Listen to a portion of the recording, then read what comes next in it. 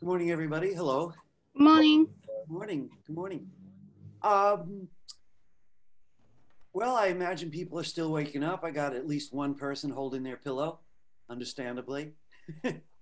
um, a reminder, everyone, please turn your cameras on. About the microphones, you could leave them on if that works for you, or you could turn them on and off if that's better for you. But the video camera has to be on.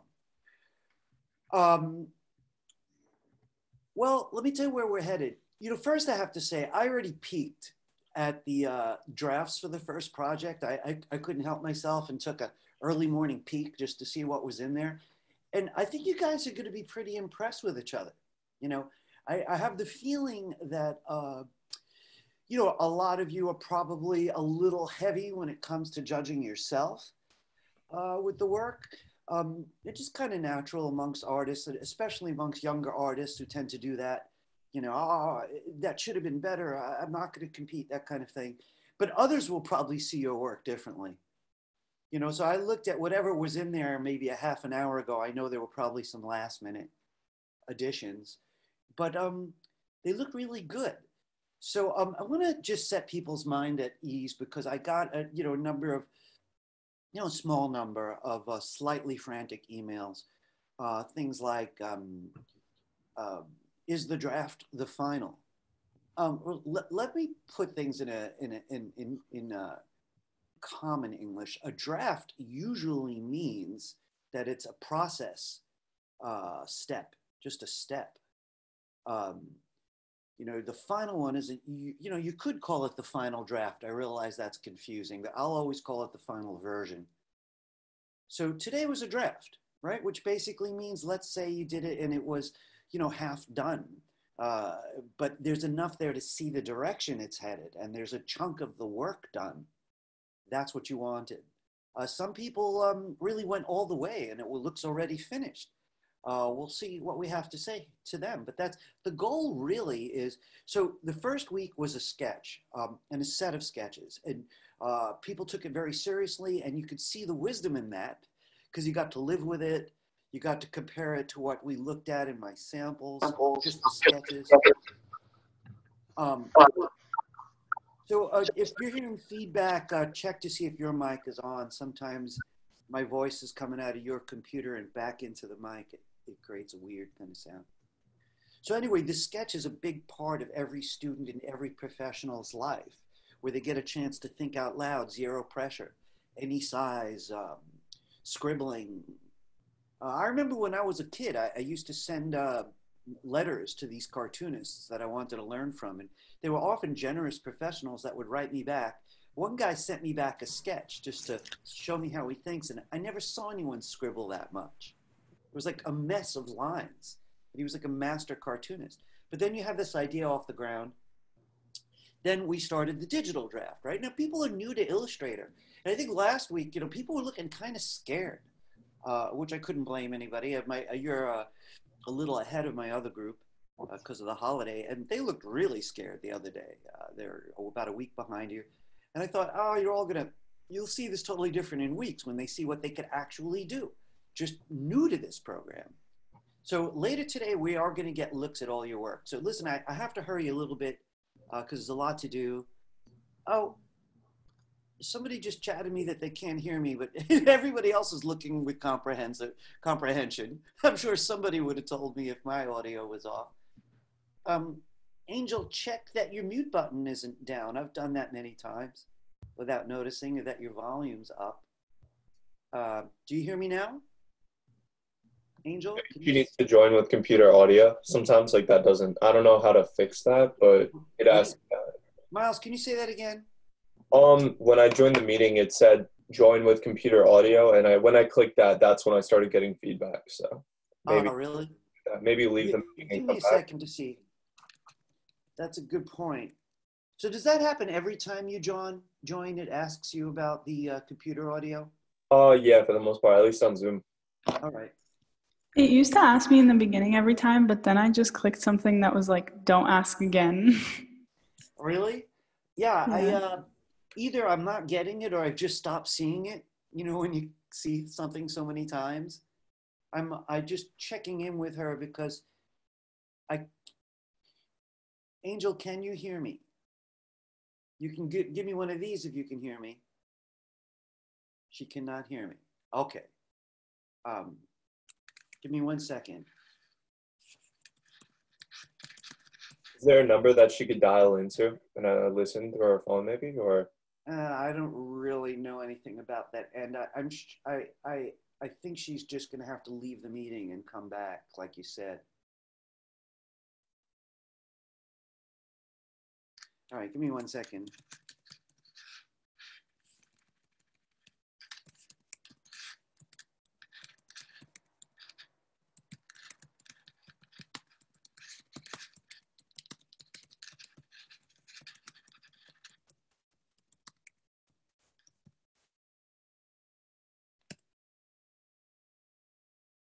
Angel, you found it? Yeah? You have to let me know, okay? Can you give me one of these or say yes? All right. Okay, thank you. All right, folks. Listen, guys, I'm going to move forward. Whenever there's some kind of problem with an individual, I do my best to help. I can only, obviously sometimes I have to put a cap on it because there's so many people here and I lose momentum. So I always have to be careful, but you should always ask. Sometimes I could fix stuff very quickly, so you have to be brave enough to ask. Also, please give me feedback that I could hear or see. I'm not entirely telepathic, so I do my best, but really be crystal clear. So listen, let me get back to where we're at. Here's the agenda. I've got some new tools to cover and a little bit of review from last week, right? The new tool that we're going to start is the biggest deal tool for a lot of people. It's the pen tool. It's both the most loved and sometimes the most feared tool in the program. My students tend to make deep friendships with the pen tool because, I've had a chance to really work out how to share it with thousands of students. So I think you'll be in very good shape. It's a major, major tool. And I'd like to get that started this morning.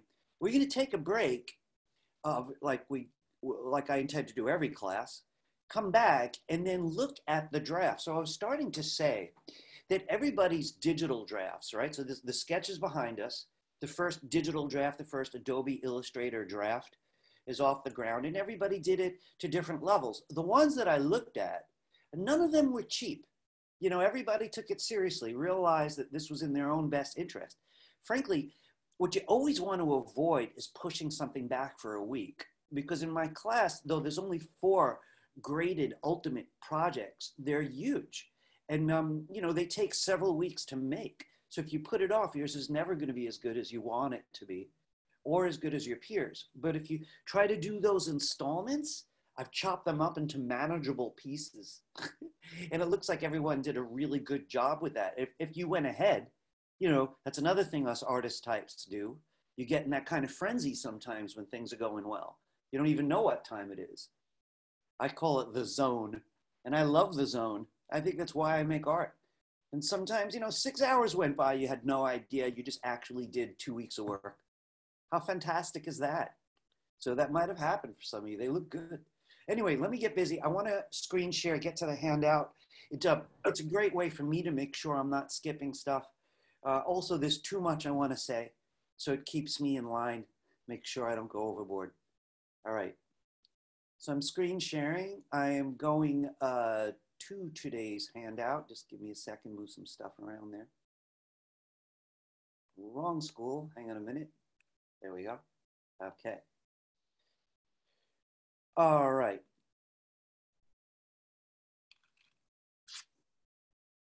We're section 103, so this doesn't really affect you guys. My other section is, they're on Mondays, and there's no school this coming Monday. Hey, does that sound right to you guys? I always have to double check, right? There's no school on Monday, is there? Everybody, nobody has heard of a holiday on Monday? No. I think we have school on Monday, but not the Monday after, because it's Yom Kippur. Yes. Yeah, Right. You're absolutely right. Not the Monday after. Okay. I always have to double check. One year there was 2 calendars, one for teachers and one for everybody else, and they had different dates. So now every year I get nervous. All right. All right, that doesn't really affect us then at all. So let's just skip it. Everybody knows how to get here. You wouldn't be here. Class 2 is available.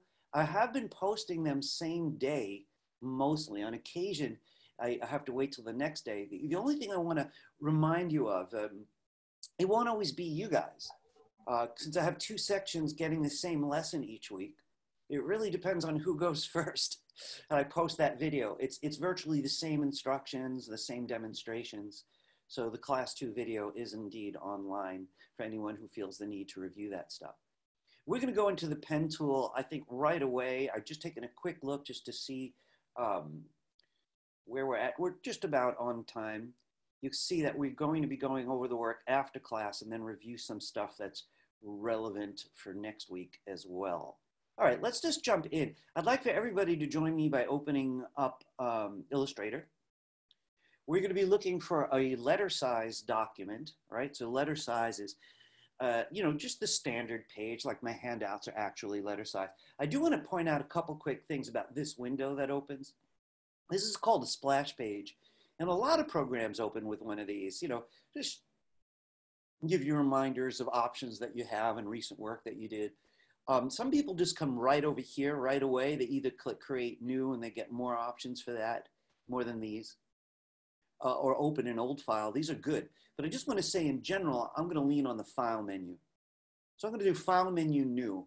Why do I just lean on one? There's too many choices, right? So sometimes the choices are really, like my mom would say, 6 in one, a half a dozen in the other. In other words, they're the same. But what I like about file menu new is all the programs share that. You know, like all the programs open new documents that way. So it's good to know. So this one's letter size in inches. This one's the same size, just measured in points. So it really wouldn't matter a hell of a lot of a difference. I'm going to choose this one in inches. I come over here and I check it out, make sure everything looks good, and it does. Let's just click create. Hey guys, before I get to the cool stuff, because I'm kind of excited about sharing the pen tool with you, I just want to go over something because I don't remember if we did this last class, because it wasn't on the handout.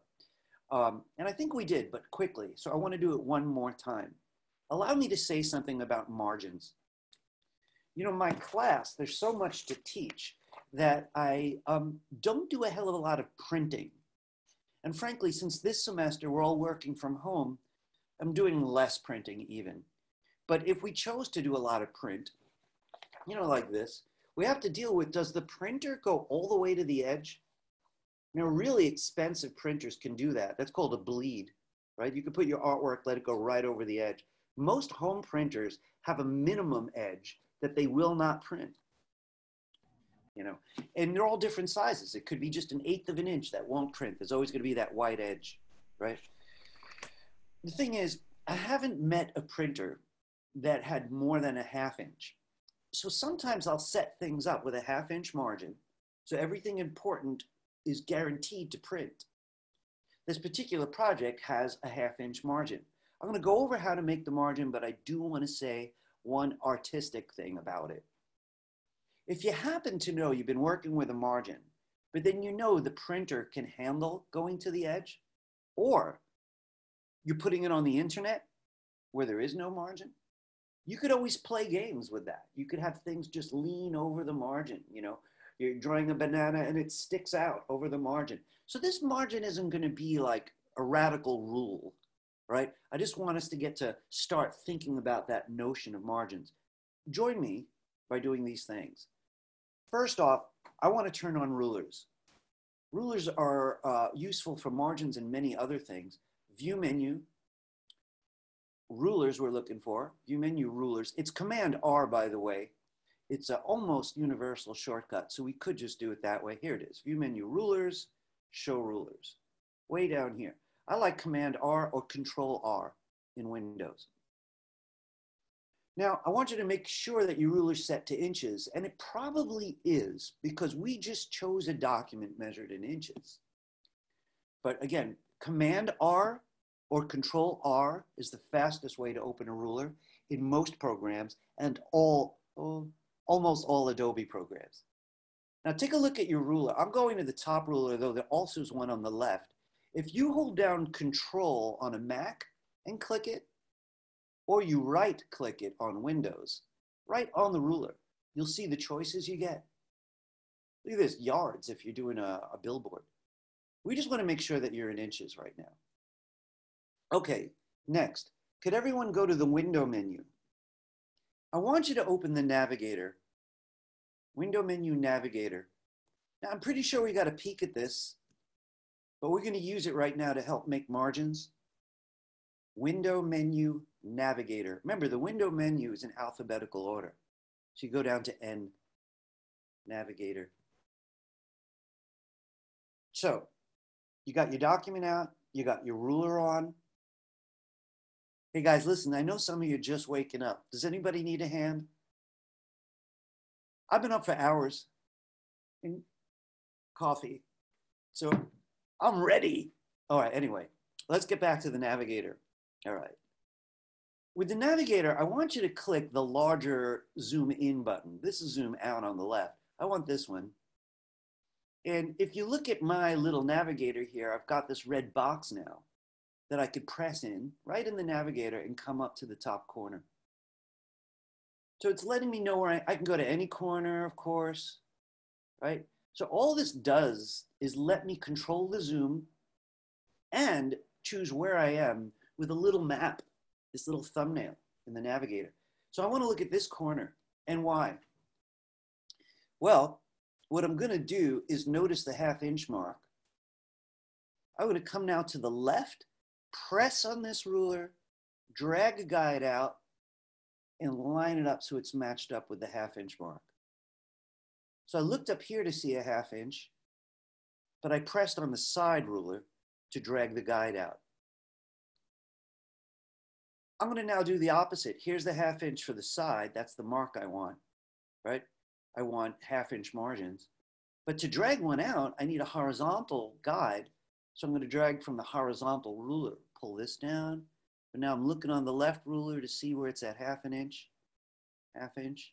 So I got two sides taken care of. We're going to do this for every project this semester, right? And other programs let you type in margins when you open up the document. You know, a text program like InDesign, but art programs typically won't. All right. So I'm going to use my Navigator to get down here. Listen, I want to be blunt. It's not like you needed the Navigator to do this. It's not like it's the only way. It's just so convenient. So I want another horizontal guide. So I'm going to go to the horizontal rule here, press and drag down till I see this inch mark at the bottom, ½ inch mark, I mean to say. And now I want the vertical one. So I'm going to go to the vertical ruler and do the same. I want to tell you something very bluntly. So this is going to go to 8 because it's 8½ inch wide. So this is the 8 inch mark. This is my document, by the way. So listen, folks, I'm hoping that a bunch of you guys are just creatives, you know, artists, art types, but open to different kinds of art. I'm deeply entrenched in the fine arts. I have my first solo show coming up, unless the pandemic ruins it, coming in April. But so like, you know, fine artists don't care about margins too often, really, you know. But in commercial art, we often do. We're dealing with printing processes. How'd that go? Everybody got your guides? All right, so listen, folks, I just want to say something. I only did that so people were confident in it.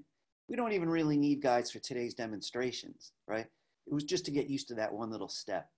I want to do something completely different, and I'm going to need people's total focus. Guys, here's a big warning from your teacher. Ali, can you turn on your video camera? Gabriella, you too? Guys, so the pen tool. Illustrator is a very friendly program, you know, and I'm excited to be your teacher because it's just so much fun. You guys, you'll see what you did right away after the break. You'll be able to do much more by the end. But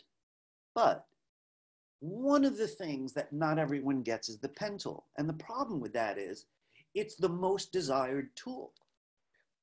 So let's stop for a minute. What's so special? If it's a headache, why does everybody want it? Well, one, It's the best for perfect straight lines and perfect curves. It doesn't care if you've got shaky hands. It doesn't care if you're on the subway. It's made for perfect straight lines and perfect curves. When I'm using the word perfect right now, I mean in an industrial sense. You know, an industrial sense, not your heart telling you what's most perfect. I'm talking about industry right now. So you have to master this tool for all kinds of things in your majors.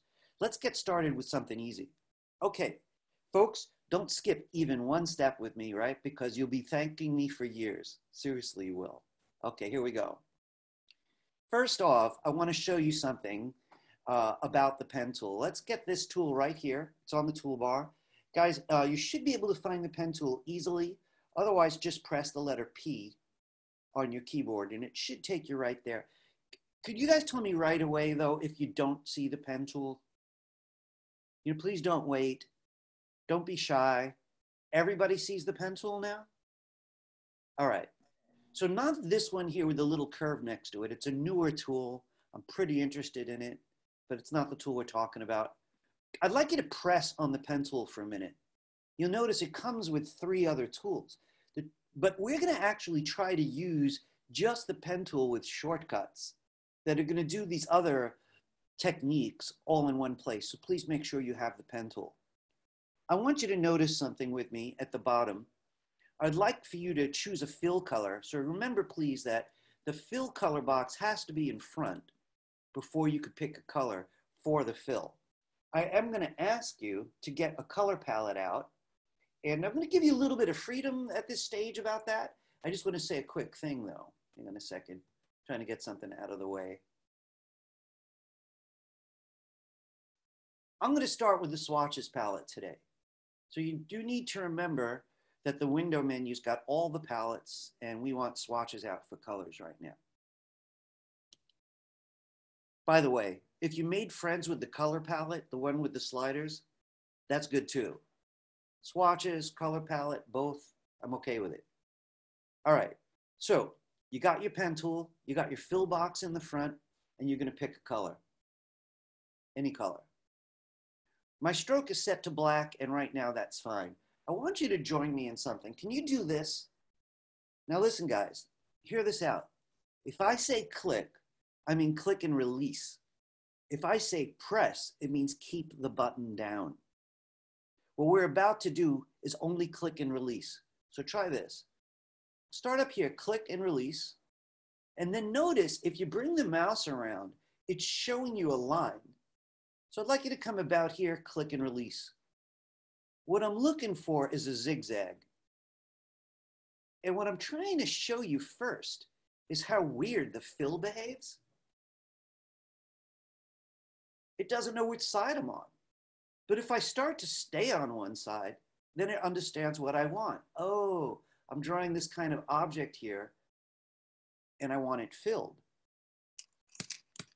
The problem is, at first, it's really confusing as it goes back and forth trying to understand what you're doing.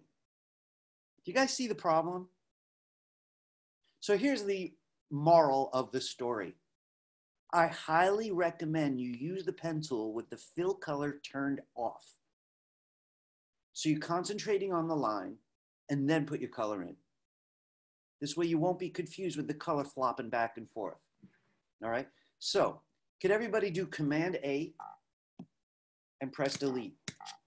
Actually, we have to switch to the black arrow for that to work. Switch to the black arrow, select your object is all I'm trying to say, and delete it. All right, so first thing is, let's turn our fill color off. Did you clear your screen? You might have to switch to the black arrow. All right, clear your screen. All right, now go back to the pen tool. Now this time, bring the fill box to the front, and I want to remind you to turn a fill off or a stroke off, you choose color of none. The most convenient place is this, right underneath those 2 color chips. This is color of none. But it's also on the Swatches palette, on the color palette, on every palette that involves color. So you do want a stroke, but you don't want to fill, okay? So if you look at mine, this is what you're looking for. no fill. Okay, now I want you to try this next experiment with me. First off, could everyone go to the View menu and check if Smart Guides is checked? View menu, Smart Guides. We're going to be using them, and we checked this last week. If it's checked, click outside. If it isn't checked, please choose Smart Guides. I want you to watch me for a moment. What I'm going to do is just make a simple rectangle. So watch this. I click once, and I come to the right, about this far, and I click, and I come down, and I click. And notice it's snapping into horizontal or vertical lines, unless I move over even a little bit. But it does help. If I'm close to vertical, it assumes that's what I want. And I click. No pressing, no dragging. Click release like the trigger of a gun. Now here's the thing. This is where the Smart Guides come in. The purplish lines you're seeing are Smart Guides. It kind of guessed what I want to do.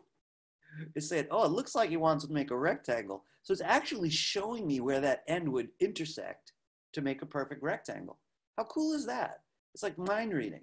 So I click there. Oops, I missed it. So I'm going to Command Z. My hand twitched. Click. And then I'm going to come to the top and click. All right. Does everybody have a rectangle? Folks, listen. Can you give me these or reactions, you know, the little emojis? I need to, because some guys are very subtle. If I think everything's going well, I'm going to move forward. Some of you have very scared looking faces. Thank you.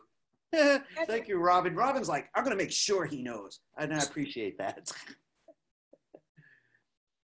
I want to do that again faster, right? Now, some of you guys have very, you know what a poker face is? Mingjang, you ever play poker? How about Leah? You guys should play poker because you go like, I won $1 million. I mean, there's the same face in the middle of a fire. The house is burning. I have no idea what that kind of person's thinking. You have to tell me if things are going bad. Otherwise, I'm going to assume you're good. All right, folks. Could you get the black arrow? Click that box and press delete. I want for everyone to get the pen tool. So you're starting over. Please make a box again, and we're going to take it further. Click, click. When the Smart Guides show up, I pay attention because they're helpful. Click, click. All right, I want to take this further. Now, there's a trick that's going to make you better, faster, more creative, and more intuitive. The Command key, now listen to this, right? The Command key by itself on a Mac or the Control key on Windows gets the last arrow tool that you used. Now, I just asked you to use the black arrow. So what's going to happen is if you go back to the pen tool and start to draw anything with the pen tool, if you hold down Command, it's going to act like the black arrow. Oops, sorry, I must have clicked the white one.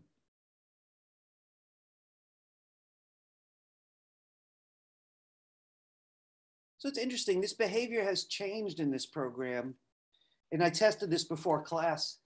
So this may take a little bit for your tour guide to get used to, because I tried it once. Traditionally, this is what happens, right? And they'll have to keep an eye on it. Command will always get you an arrow tool. Where we're headed, though, is we only want the white one when using the pen tool. The white arrow is the one that moves anchor points. Could you guys watch why, and then I'll come back and I'll do a better job describing it. Here's my pen tool, and I'm still drawing, right? Drawing, drawing, drawing. Now, the white arrow is the last tool I just used. So if I hold down Command, I could click any anchor and move it. I could click any path and move it. And that's perfect for the pen tool because I could do that even while I'm drawing. Oh, wait a second, this second anchor is wrong. Hold down Command and I move it. When I let go of Command, I'm still in the pen tool. So I could keep on drawing. Anytime I want to make a change, I hold down Command and I can make a change, let go of command, and I'm simply continuing where I left off. The trick is, sometimes you'll get the wrong arrow. So the only way to make sure you get the one you want is this. Could everybody clear your screen again? Clear the screen completely. I want you to click the white arrow once. This is a trick. I do this every time I sit down in Illustrator. If I'm going to use the pen tool, I click the white arrow, then I get the pen tool. This guarantees that if I want to make changes while using the pen tool, and you will, I just hold down command. It acts like the white arrow until I let go of it. All right, folks, this is what I'd like you to do then. I'd like you to start a new rectangle.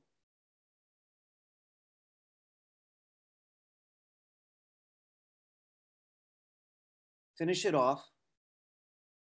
Hold down command. Keep command down, or control if you're on Windows. Press an anchor and move it. Move a different one. Take a whole path and move it. So remember, we did this with the city. We did it with the box we made last week. We're doing it pen tool style.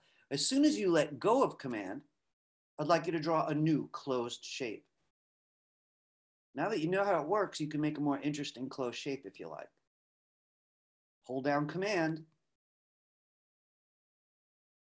and change it. But every time you let go, you're still in the pen tool. You never left it. Is it working? Now I want to tell you something. We're going to be doing some heavy duty, very deep pen tool, right? The way I'm going to teach it depends on that command or control trick.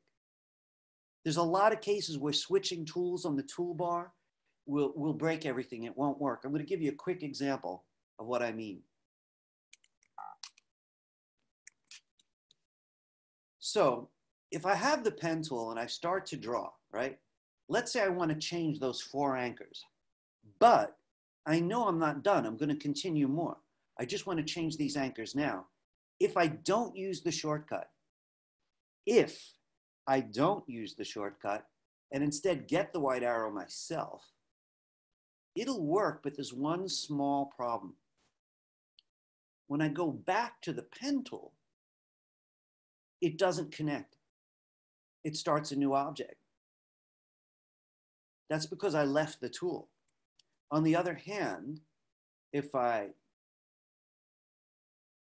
use the pen tool and never put it down, I don't get the white arrow physically. I only use the command trick or the control click. I can make my changes. And when I let go, it knows just where I left off. It doesn't make a new line. It continues it. So it's going to give me a lot of freedom as I go forward. So I'm going to ask you to use the shortcut when using the pen tool. So let's stop for a minute. We're going to go over this a lot and add much more complicated things, but here's my first bits of advice. 1, I said, turn off your fill, right? So you're not confused by the fill color flopping around. 2, click the white arrow before you use the pen tool. This way, the shortcut knows which arrow tool you're going to want. Then draw happily with the pencil, and anytime you want to make a change, hold down command or control, make the change, let go of the key, and continue with the pen tool. So I want to try a couple quick things with you right now. Can everyone clear your screen again?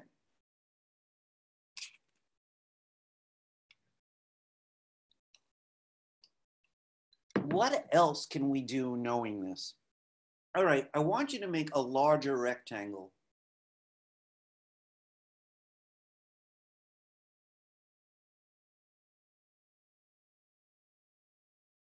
Now, we already know that holding down command will get you the white arrow, so you can make corrections, unless you accidentally click the black arrow, right? So, next time you use the pen tool, just click the white arrow once and get back to the pen tool. Right now, I want you to stay where you are. So you got a rectangle, you got your pen tool, and I want to show you something. Look at this. The pen tool's got a star here, which means it thinks I'm going to draw a new object. But if I take the pen tool here, right on this path, look at the plus sign. Now that means it's going to add an anchor. I'd like you to watch this first before you do it. I'm adding an anchor in the middle of my rectangle on all four sides, because I'm going to hold down Command and use them.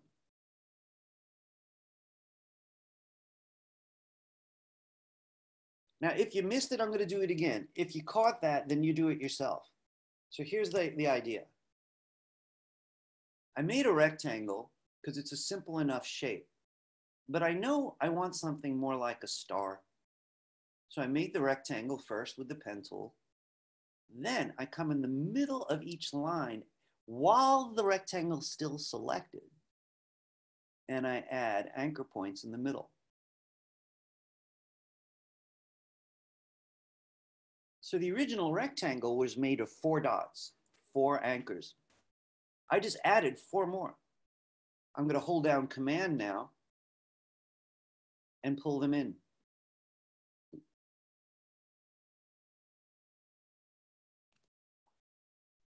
I hope people are starting to see why people like the pen tool. We're starting with straight lines, but I could do that on the train. I could do that in a truck. It doesn't matter if I'm bouncing around. Why?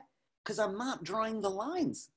I'm just drawing the anchors, right? Dot, dot, dot. It's doing the rest for me. It's an engineering tool that artists kind of took over.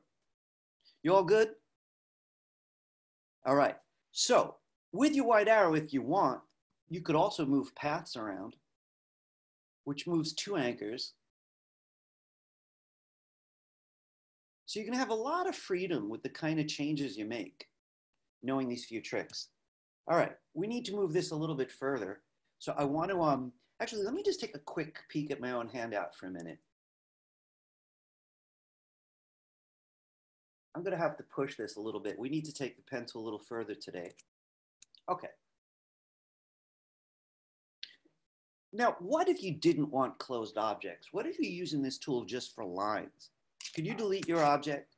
So again, you could hold down Command and click it with the white arrow and press delete. Because it's the white arrow, it might take more than 1 click. You know, at first it thinks you just want to delete part. So you might have to delete more than once. Guys, well, I want you to watch something. Don't join me just yet. I want a line, but my real goal is I want a bunch of lines underneath it. The problem is, if I continue, it's going to make a rectangle or connect the lines. What if I don't want it to connect? Well, let's use the Command trick again. Command will turn it into the last arrow tool, in my case, the white one, and I'm just going to click off. That deselects it. So I could come and I can make a parallel line, and then I hold down Command and I deselect by clicking off. Now, whenever you're ready to join me, please join me. What you want is a bunch of parallel lines. Now, the discipline is, if you don't click in between, you're going to get a rectangle, you know, or at least this, because it thought you wanted the lines to connect. So if you don't want them to connect, hold down Command. Remember, the white arrow is a selection tool. Just click on the empty page, let go, and you can make a free line underneath it.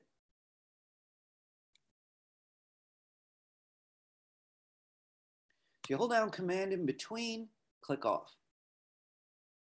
There are other ways to start a new line, but this one is one of the most convenient, since we are going to be using this shortcut a lot.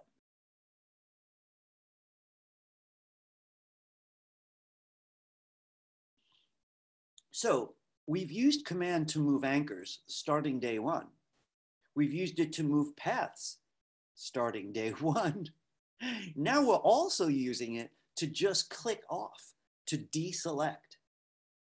So I want to say something. Whenever you're done with a shape and you really don't want to mess with it, deselect it. It's pretty safe if you deselect it. All right, now if you want to change it with me, here's the kind of thing you can do. You could hold down Command and change either end. Try it out. Very flexible. I wouldn't really want to do this with the pencil tool. I love the pencil tool because I like to freehand draw, but sometimes I need this kind of perfection. All right, I quickly want to show you one or two other things that this tool can do. So the pen tool is in charge of drawing those anchors. It's a way of drawing. The wide arrow just helps you work with it. And we're using the Command key or the Control key for the wide arrow. But let's just talk pen tool. Do you have a bunch of parallel lines? So this is what else you could do. Watch this. If I take the pen tool, this is an odd one, to the end of any line, do you see how the cursor changes? It's a star out here because it thinks I'm drawing a new shape. But if I go to the end of any line, it gives me this slash. And what that means is it knows I want to continue it. So if I click there, I could go to another line and I get another symbol. And you could pretty much guess what that one means. It means connect. You'll see a similar thing happens on the other side. First it says, all right, I'm going to continue. That's what the slash means. And then I come over here and I get this time the closed shape symbol. So you can go to any of your ends and notice it will continue it. One could continue drawing yourself to make a truly closed object. I'll prove it to you. That's a closed object there, right? Or you could use nearby lines and connect them that way. In other words, what I'm saying is the pen tool knows how to continue shapes. Do I have any questions about the pen tool? No? I want to do one more little thing that's harder. So, you know, I'm trying to train myself to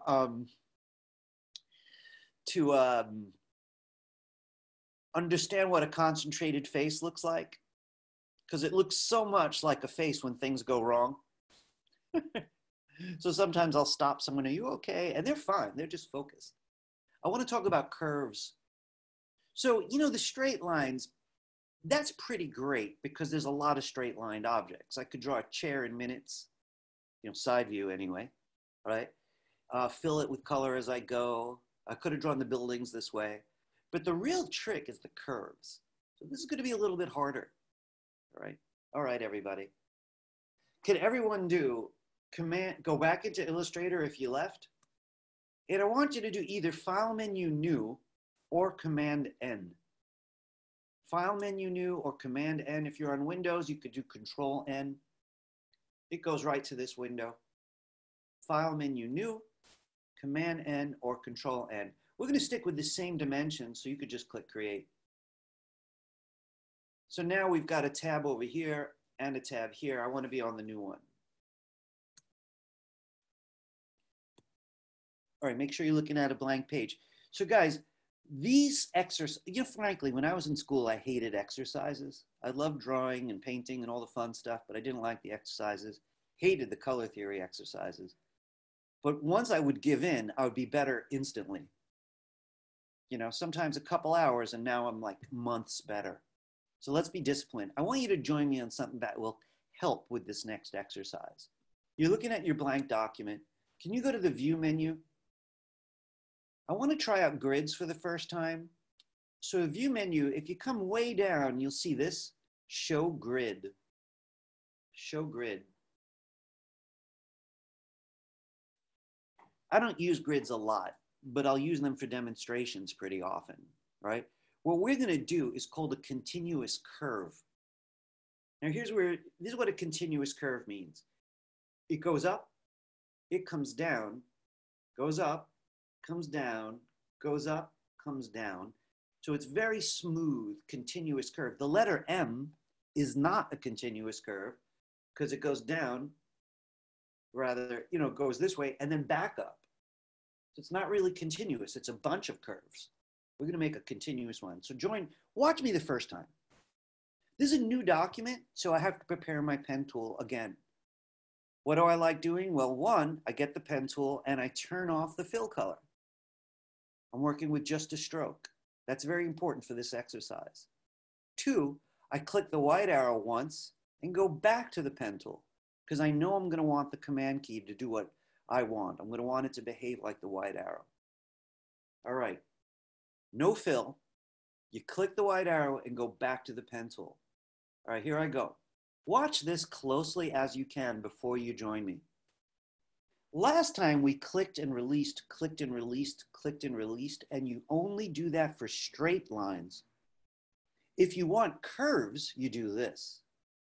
I'm going to choose a part of my grid, press, and I'm going to drag up. Now notice this. I haven't let go of my mouse yet. This is going to allow me to pull high or low or tilt it. Now for this exercise, I want to go straight up about 2 big boxes worth. Now, before I make my next anchor, I want to point something out. This is the anchor in the middle. This is a handle on top and another handle on bottom. If I move over 2 boxes, I'm going to press, I'm not going to click and release, right? This is important. Press and keep that mouse button down. This time I'm going to drag down 2 boxes. Again, the anchor points are the ones in the middle. So every time I'm ready to make a new line, I'm going to start in the middle, not down here, not up here, in the middle.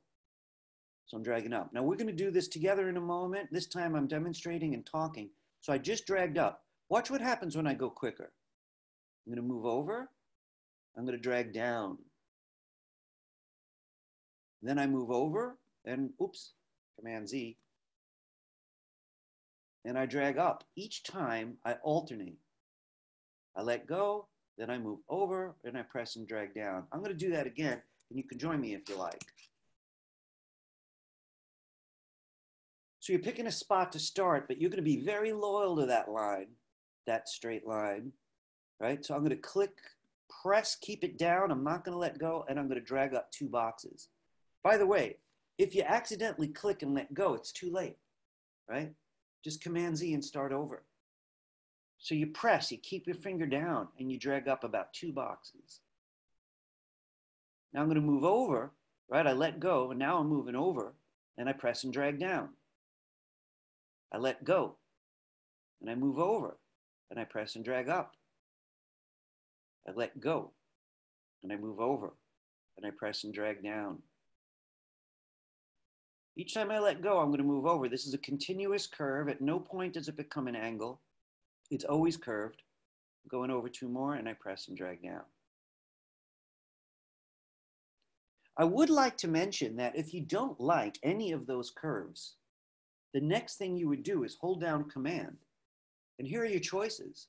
You could click on a curve you don't like and then use its handles to change it.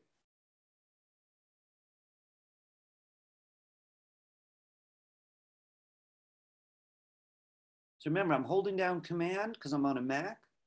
I'd be holding down Control if I was on Windows. So each curve is kind of controlled by 2 handles. And at any point, you could move them. Sometimes it's better just to grab the curve itself and pull it down. So you could grab the curve and move it. Or you could control it with both handles individually. This is what one would look like. It gets kind of lopsided. I'd have to grab the other one too. So you just click the curve that interests you. So this white arrow trick is very helpful. By the way, if I let go, sorry, I kind of blew that.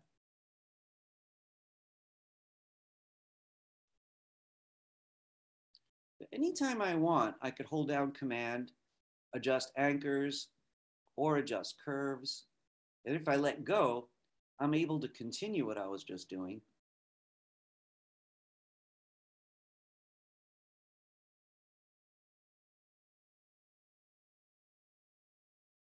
Right? And anytime I hold down Command, I can go back and make changes.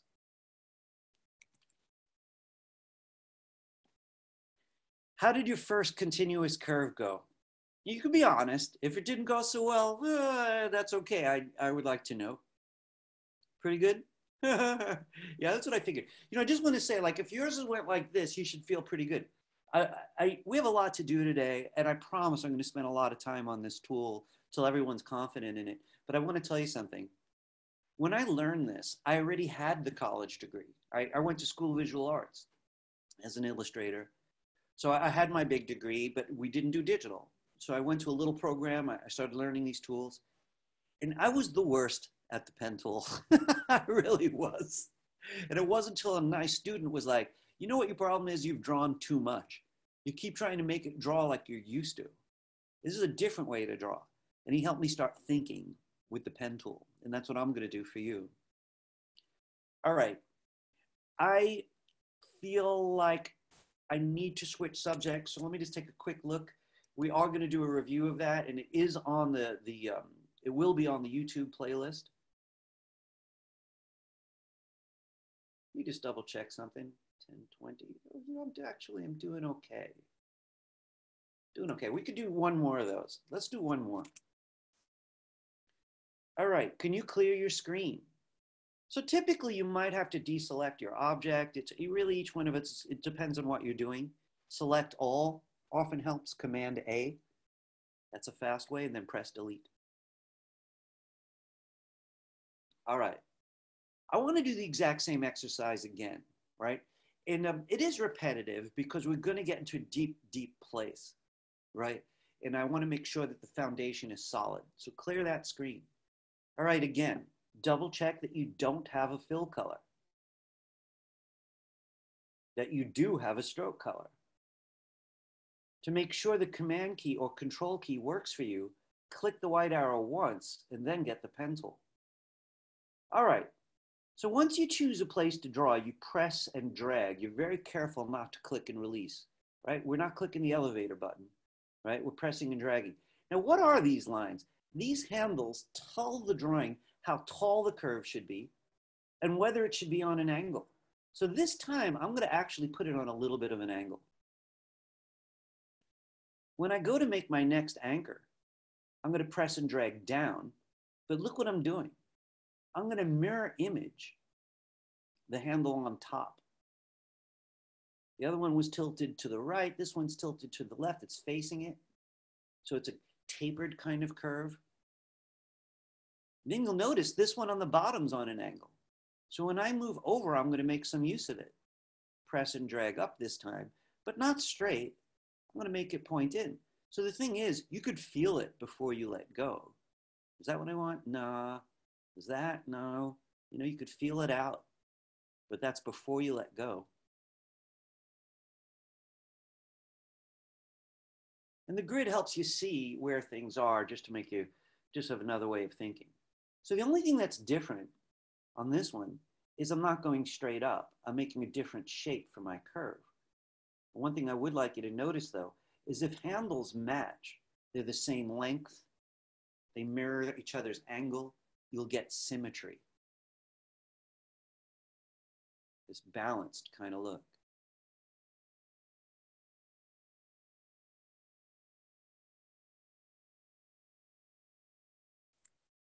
I'm going to deselect. I'm holding down my command key and I'm clicking off to deselect it. I want to mention something that we're going to continue next time we visit the pen tool. What if I wanted a discontinuous curve? As I said earlier, the letter M is a discontinuous curve. I want to show you what I mean. If I hold down Command now and click on a curve, and I see both these handles are pointing down, what would happen if one of them didn't?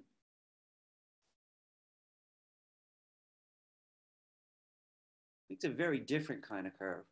Look what happens if I hold down Option instead.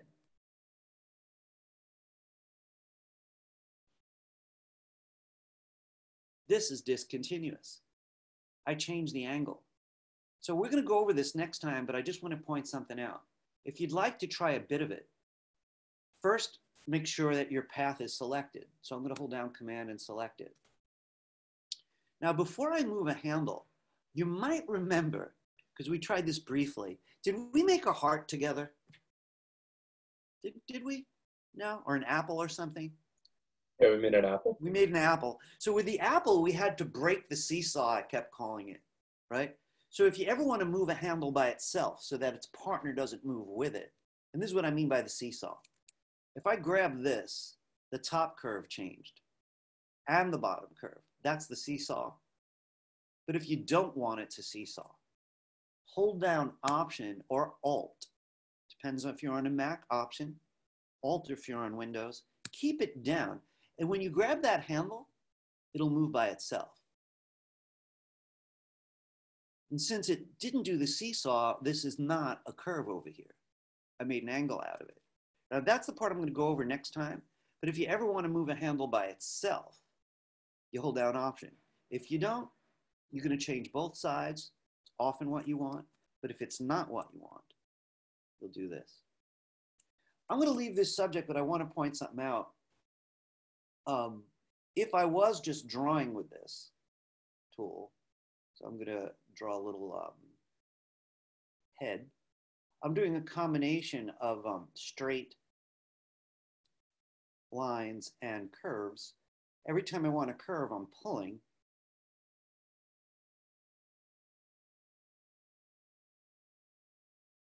And I wanted to show you something about this kind of silly drawing that I'm doing. I could change this at will with my command trick. So I could see things that I'm going to change quickly. And this is really, I'm not, really asking you to join me just now. I'm just kind of making a point that about the kind of freedom that all this gives me as I'm figuring out what kind of person I really want.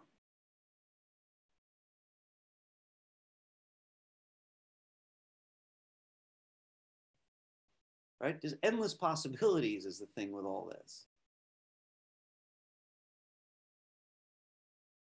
And at any point I could select it, give it a fill. Okay, I want to quickly go over a couple of things, right?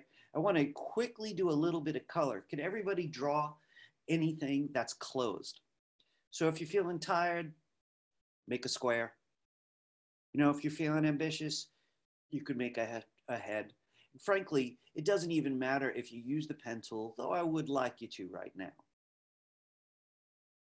Now, what I just did really is it may take some practice to be able to just freehand with the pen tool.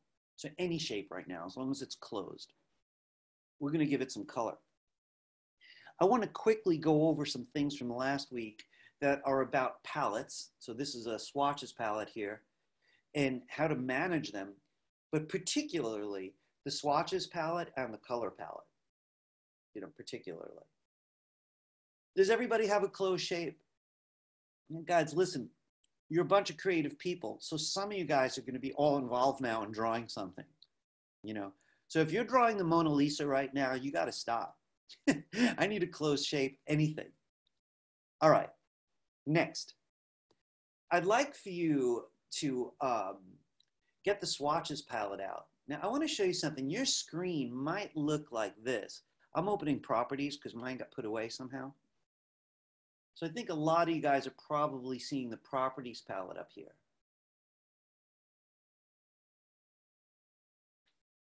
So I just want to point something out.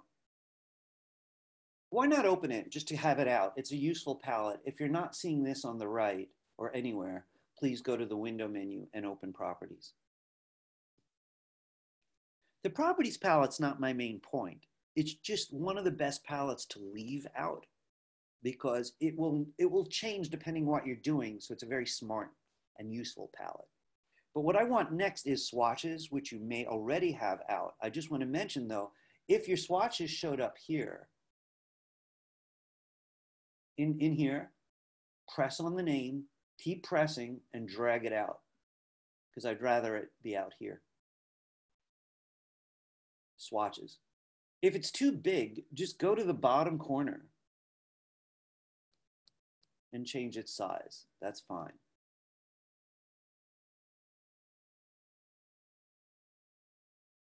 All right, next, go to the window menu and open up color. Wait a second there. Window menu, color. I want to say a quick word since you're working at home. You know, at school, the computers reset every class, so you can't really leave anything. But at home, when you get the palettes where you want, they're just going to stay there. So you might have these out from last class or from your homework, you know, that's fine, right? All right, I just want to mention, I use these two palettes together. So sometimes I might grab the color palette by name, right by the name, and keep it here. It's not my favorite way to do it because I like to see swatches at the same time as I see the color palette. So this is not the best arrangement. I'm going to pull it back out. The arrangement I like requires them first being dragged out, but instead of putting it inside, I'm going to drag it to the bottom. Now you don't have to do this, but I like it because I could drag it around as a unit. That's pretty cool. And I could use them both visually, which I'm about to do. That's not required. It's called docking, and it's really, really helpful. Sometimes I'll go on a binge of lots of Illustrator, and I'll make a palette just for this project. This is, okay, I keep using these. I'm going to dock them. All right, I want to mention something else. I think there's over 100 palettes. So you notice I keep closing things to put them away because it gets very, very messy. But something that Illustrator gives you to help is you could fold up your palettes. So if you double click the word swatches, it folds up and you could double click it to open it back. But what's more interesting is the color palette. Because if you double click that one, it might open like that or closed. It actually comes in 3 sizes. Some of them come in 4. So if necessary, double click it till you see it all. All right, this is a review and I'm going to do it quickly. So my color palette has 4 sliders on it: cyan, magenta, yellow, and black. If yours has 3, you're probably looking at RGB. Today's not the good day to talk about RGB, but RGB is red, green, and blue, and it's the kind of color theory you use if you're working with pure light, right? But we don't use RGB if we're working with ink. So we're going to focus on ink. You need Cmyk. So how do you change it? I'd like you to come to this tiny little menu on the color palette. Swatches Palette has an interesting one also, but we want the one for the color palette. And if you're in RGB or any of these, just switch to Cmyk. So if yours looks like that, this was not what we want. I'm going to click here and do Cmyk. All right, could you select your drawing? So I'm going to just either get the black, I think I'll just get the black arrow and click on them. Bring your fill box to the front. Now, I want to just make a quick recommendation about how to get started with color. There's 2 ways to choose the initial color and then perfect it. The 2 ways to choose the initial color are choose a swatch, which you already know. Right, just make sure the fill box is in front. But the other way is to use this part at the bottom of the color palette. So this is the spectrum bar. The spectrum bar has all the colors, including where they mix. So between yellow and red is orange.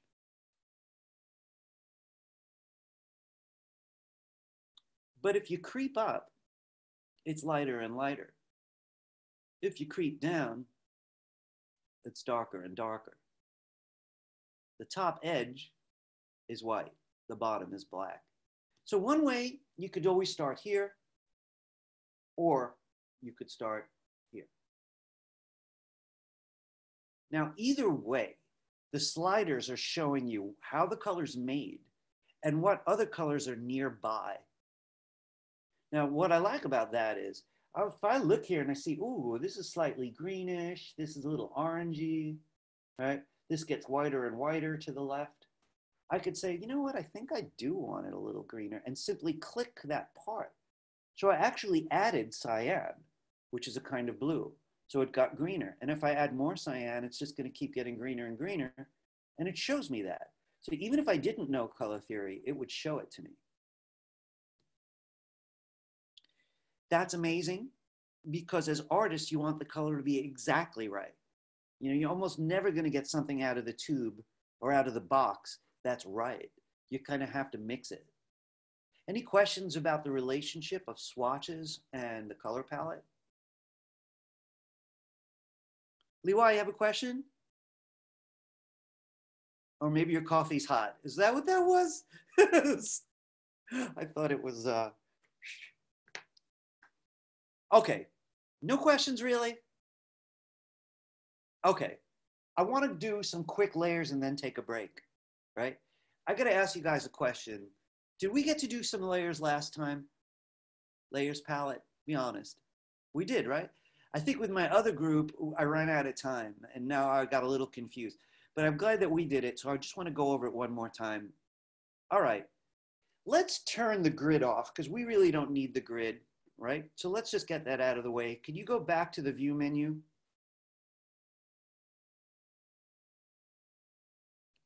And what we're looking for, it's not perspective grid. If your grid is on, it's going to say hide grid way down here.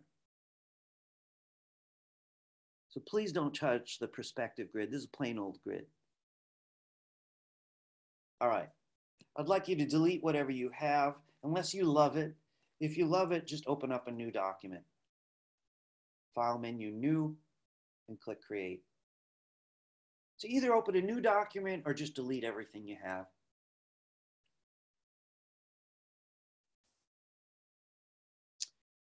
Okay, before we go over layers, you often see me do this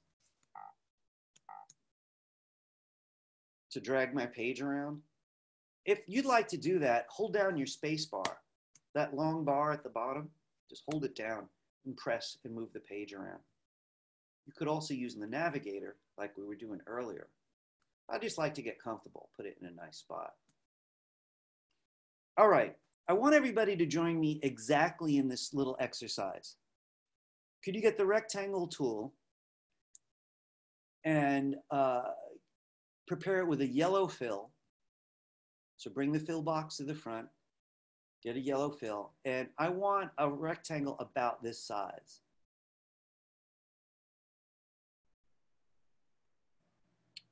All right, I want you to deselect it, and the easiest way to do that is hold down Command, since it's selection tool, and just click off. So make that and deselect it. Hold down Command is the fastest way, so you don't even have to leave tools. I'd like you to make the next one red, but I want it to be about this size. And then deselect it. So to deselect it, the reason it's deselecting it is I don't want you to accidentally change its color. So I'm holding down Command and clicking off.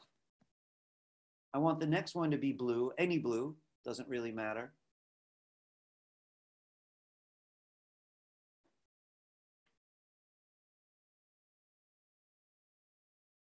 All right, now I need one more, right? And what I'm gonna do with this one is this. First, I'm gonna deselect the blue one. So I'm holding down Command and I'm clicking off.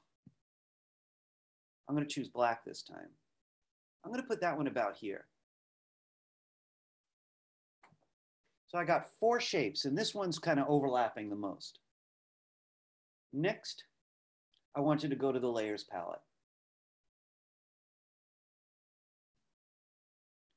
Now, your Layers palette, if it's out, just go to the Window menu, because all the palettes live here. Go down to L and open Layers. I'm thinking a couple of you guys probably know some Photoshop. Others are new to Photoshop. If you're used to Photoshop, you probably know layers. The thing about Illustrator is you don't always need layers. In Illustrator, you could work on one layer, but you'll probably go nuts. You don't want to go crazy. So if the document gets complex, you're really going to want layers. So I want to show you how they differ, but mostly like what you may find very useful. Okay, if you go to the Layers palette, do you see this tiny triangle next to layer 1? I'd like you to click it. Now this is showing you everything that's in there. And I want to prove something to you. Did you click it to open it up? So this is what's inside the layer. Now Photoshop can't do that. I'd like you to switch to the black arrow. And on stage, click the yellow box. So notice it's showing you what sublayer you're on. With the black arrow, click the red box, and it's showing you where that one is. So each one is represented as a sublayer, a layer inside the main layer. That's pretty cool. But the other way to select is using these tiny little circles. So if you look next to the blue box, you could click this tiny circle and that selects, or the red box. Now, why do you care? You know, in a simple document, you really don't. You'll just use the black arrow or even the white arrow and just click what you want. But on a complicated document, you got a forest and there's hundreds of trees. You could be really glad you have those little circles. So we're going to come back to it. But I want to do something with you that's kind of surprising. Can you fold up that layer 1 again? So you got 4 objects all on one layer. What I want you to do is this exactly, and then we're going to take a break. If you move over here, there's a little plus sign, right? Remember, we have 4 objects, and I want 4 total layers. So we only have 1. I'm going to click the tiny plus sign, not the one with the arrow, the regular one, for layer 2, layer 3, and layer 4. Could you prepare those layers also? So you're looking for 4 layers in total. While you do that, I want to tell you what the goal is. This program lets you move things to different layers. Now, other programs are really bad at that. This program is perfect at that, right? So I want to show you how it's going to work. We prepared 4 layers, and what I want is I want to take that black shape to the top layer. And here's the way you're going to do it. All right, you got all 4 layers. You could see there's only artwork on the bottom. On stage, I'd like you to click the black shape. Now, once you've done that, you'll notice, now look at the layer palette. There's this little box on layer 1. I'm calling that the elevator, right? It doesn't have a good name, right? We're going to call it the elevator. Why? It represents the object I just selected. I'm going to take that elevator, watch, press, and drag it up to layer 4.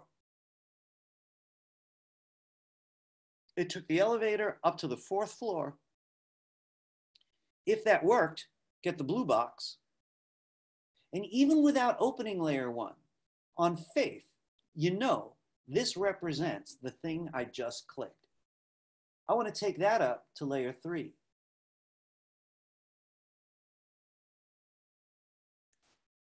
I'm going to go to the red box, naturally, and take it to layer 2.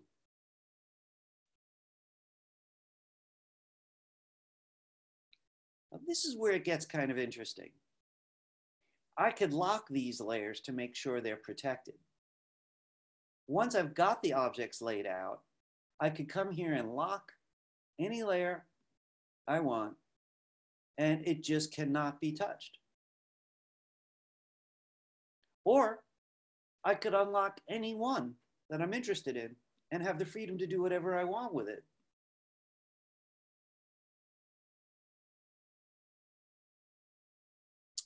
Now, what I'd like for you to do is this.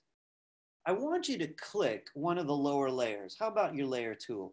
In other words, you could just click right here to go to that layer. So I'm going to go right to layer 2. Watch this. If I draw now, it's still on that layer. So here's the one thing you need to know when making layers in Illustrator. The layer you're on, right now I'm on the layer 3, is going to get the next object that you draw. I'm going to deselect as I go. I'm on layer 3. Here's my object here. Layer 3 has a blue box. I'm just going to add another one so you can see what I'm doing. Oh, layer 3 is locked. I better unlock it. So now you'll see those layers have sublayers now too, because it has more than one object. All right, what I want to do is this. 1, project 1 is small, right? You might not need layers, but you might. I know there are some people who would want 1 layer for each word or each letter, maybe 1 for each piece of art. They'd have 6 layers. Other people would have no layers. You know, it's completely up to you how you use this, right? We will be doing more with it as we go forward because there's a lot to know, but it's a very, very friendly thing. You make the layers from here and you draw on those layers. If you want to move something to a different layer, select it, and you could take the elevator to bring it on up. Oh, it's locked. Let me unlock them all.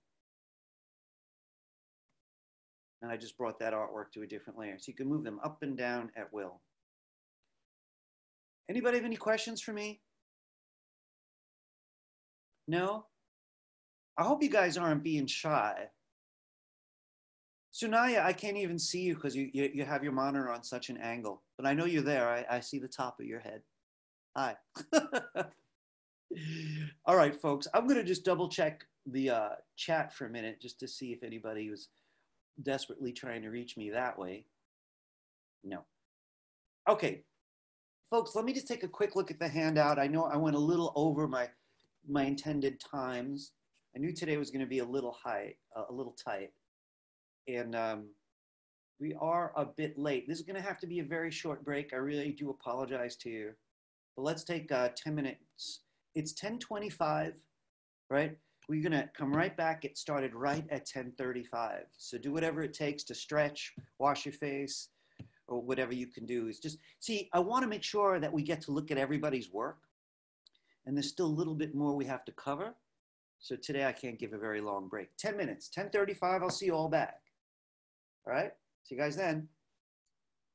Sounds good. All right, excellent.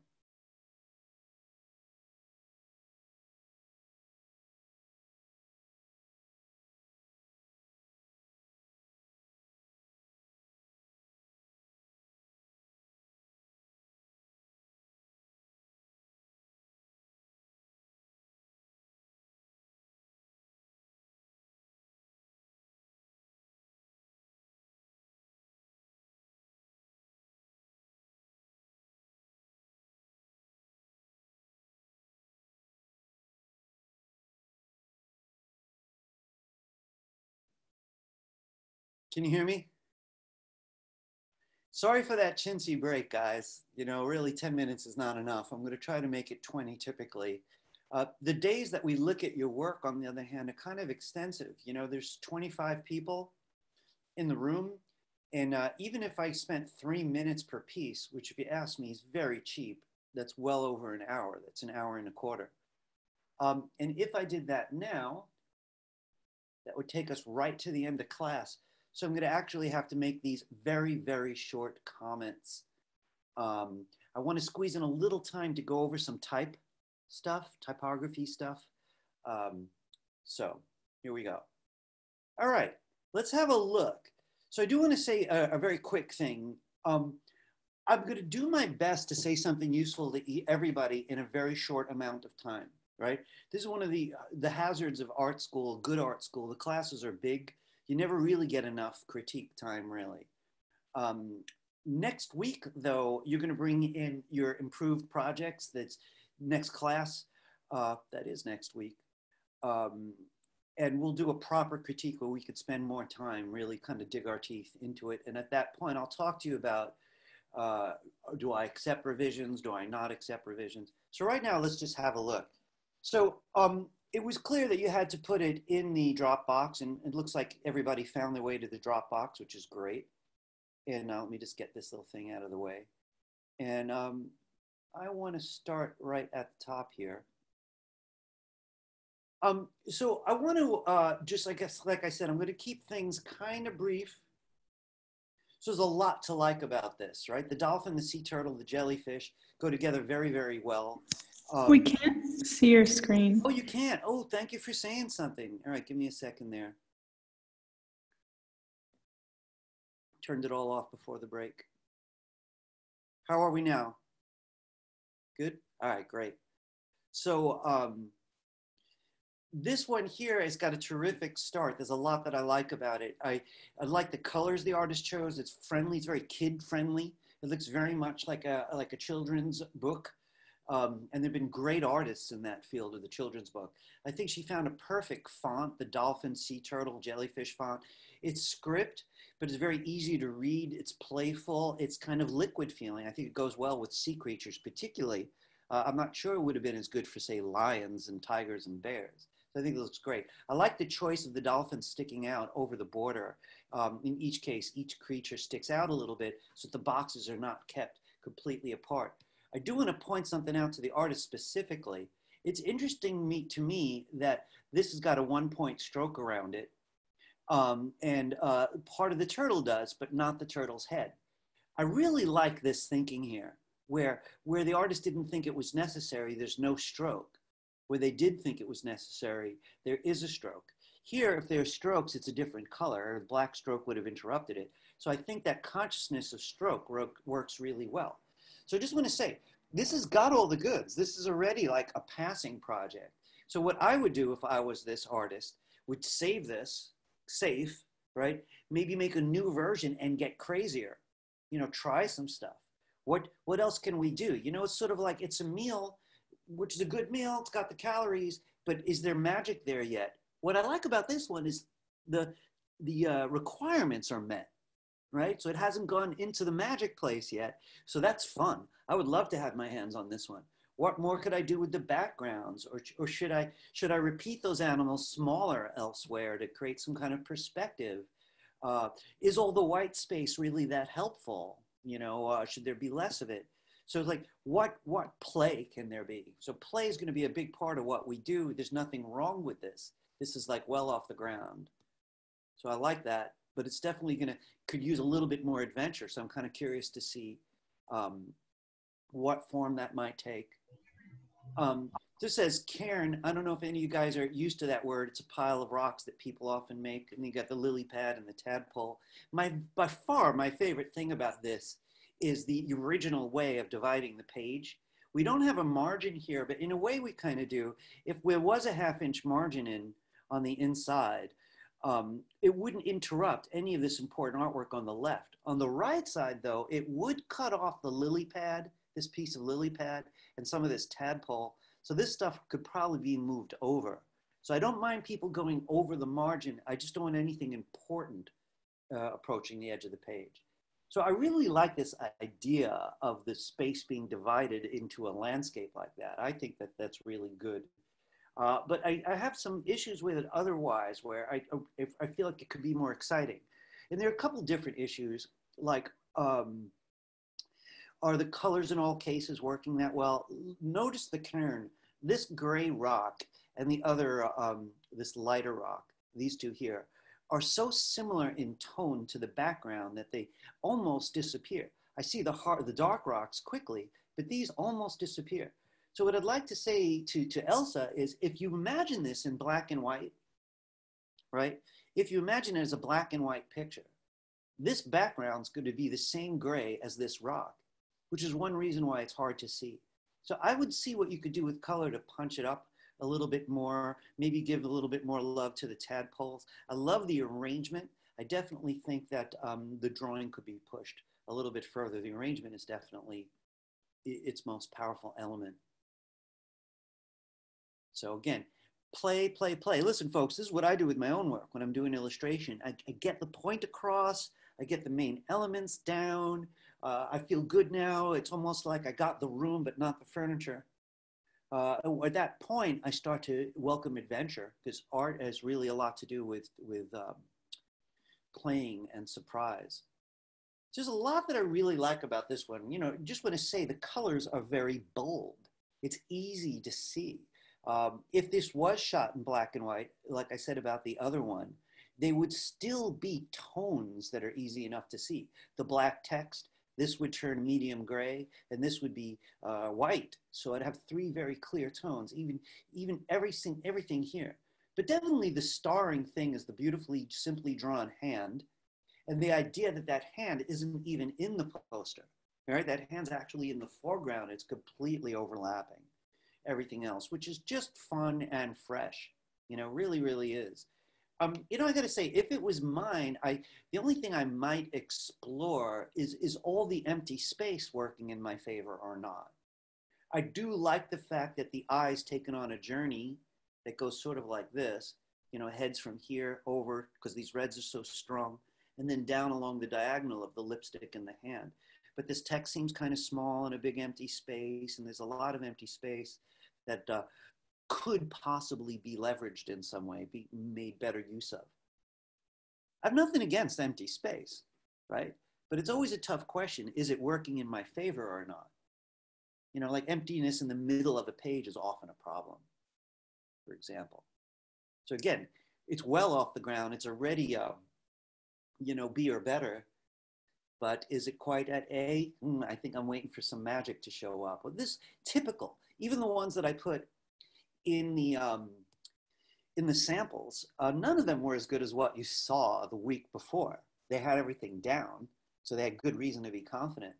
This one's got a lot of stuff that I love about it and a couple things I'm unsure of. But one of the things that I really love is back here where the palette stays the same, all these purpley flowers, there's no stroke to interrupt them, so the colors get to do their job.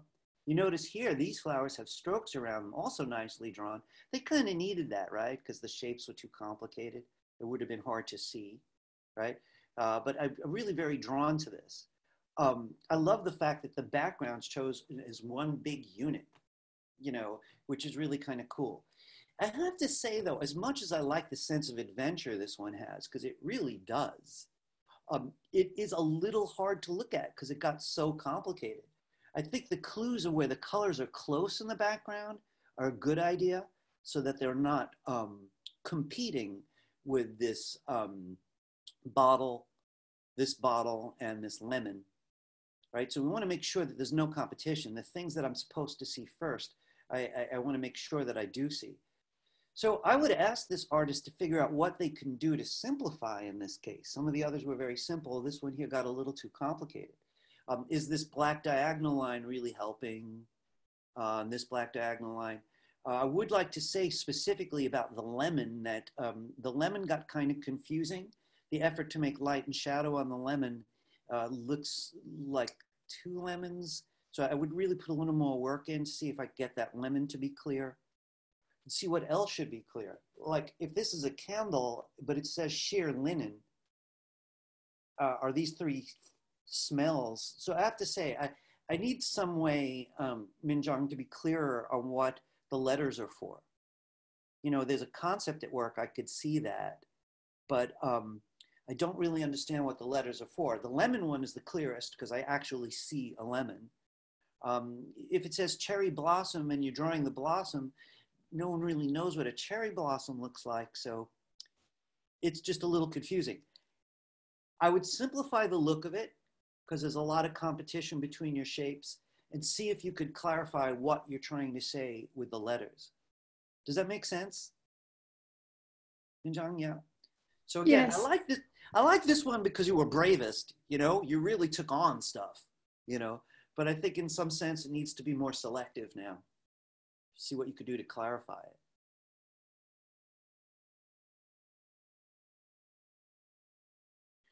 You know, it's fun, it's playful, it's timely. You know, we're heading toward October. Halloween's around the corner. We've got these pumpkins going on and a scarecrow to go with it and these candy lollipops. You know, one of my favorite things about this one is the person's having a lot of fun with how they lay out the page. Each row, so to speak, is divided into three shapes on its own, which I think is kind of a playful idea. I have to say, here are my biggest needs on this one, Christine. First off, I want to show you a couple things on that top row. You see this leaf, how the shape of the leaf is echoing the corner made by this box? So this becomes an eye capture, like an eye trap. You know, it's kind of a fun idea, but it's not completely committed to it. It might be safer if that leaf just overlapped all three shapes. So I think that's a little bit confusing. Also, the text is very, very small, which creates a very large kind of boring space over here. So it's competing with the interesting stuff that you did. So this could be 2 lines, pumpkin patch, 2 lines, but in some way make some kind of use of this space. Same goes for scarecrow and the space actually next to the scarecrow. The dead center of your document is empty. You know, it's kind of dead. So feel free to make this scarecrow really big, maybe. Maybe it should overlap way up to here with its feet way down here. This way its arms could span much, much wider.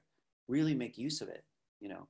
I want to take a quick look at something with you for a moment. So bear with me for a second here. I'm going to go back for a second.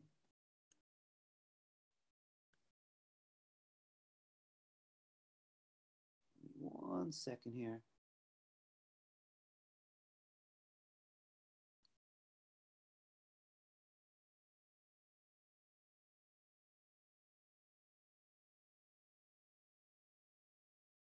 Let's give that a second. I just opened this one up here. So, you know, later on with layers, and, you know, this artist is doing fine, Christine, really. But I think down the road, you would probably organize this differently where I could get to your scarecrow in one click. You know, once we get layers down. So I'm going to just do some quick tricks to try to get at your scarecrow. Come in. It is. Yeah, please take it. You go right ahead. Is that everything? Yes. Feel free to come in whenever you need. So guys, I'm going to do this one quickly, right? Because I could see I selected some stuff that I don't really want. So I'm just going to focus on the scarecrow, right? So you could see, I know I move these other things around only because I'm hurrying, but you can see how much impact the scarecrow has when it's bigger. So this could actually liven up this design quite a bit, you know.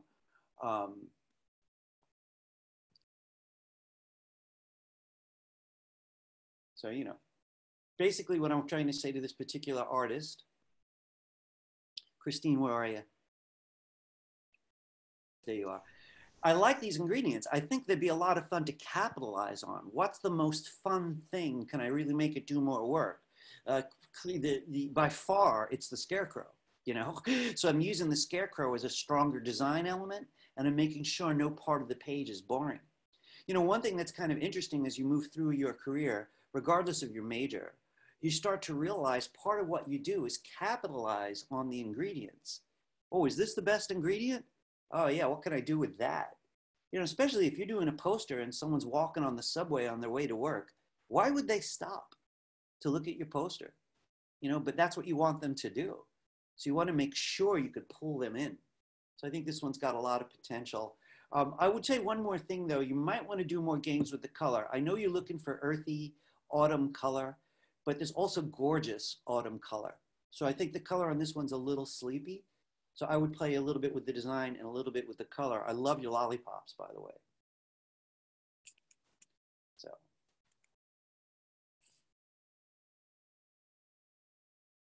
You know, it's funny. This one is so selective, you know, and it's also rather quiet, and yet it strikes me as rather beautiful. It's kind of interesting to me, like, in what way does this differ than some of the ones we've seen? They also went well, but there's something about this one that has a certain kind of maturity, which I find is odd and interesting. One of the reasons I say odd and interesting is, so it's laid out like a children's book, right? It's the letter, it's not even saying the word, but the colors are so adult. You know, it looks to me like where I'd go to buy a suit, you know, for an important event. It's got that kind of elegance. The font too also feels like that kind of font. And I don't really want the artist to give that up. It's a strange decision, but it works for some reason. I love the close-ups are beautiful. The jellyfish looks great. I knew just what it was quickly. The artist figured out how to do blended colors on her own.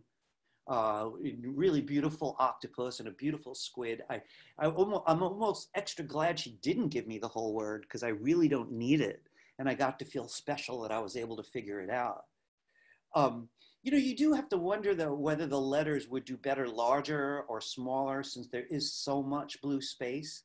I would play with that. I'm not sure it would improve to make the letters larger or not, but it might because there is a lot of dead space on this one. Not dead space, that's really not fair. A lot of space. I'll tell you one reason though I do think the space works though. The whites are thin. She's not making a big deal about the whites between the things, which doesn't really matter. They bring some air into the page, but too much of it is like, why so much white? It has nothing to do with the topic. So I do think this one's really very beautiful. I don't have easy advice for this artist. I would play with seeing if it looks better with larger letters. But beyond that, if that doesn't work, I would keep a copy like this, maybe on another copy, try other things. You know, just break it. You'll have one that's safe, and then others that are not safe, and see which one's better. This is good stuff, you know, but you never know if there's something better around the corner unless you make another copy, right? So I would consider that. I do definitely think this is very well done, though. You know, in terms of this stage, I think it's one of the best at this point.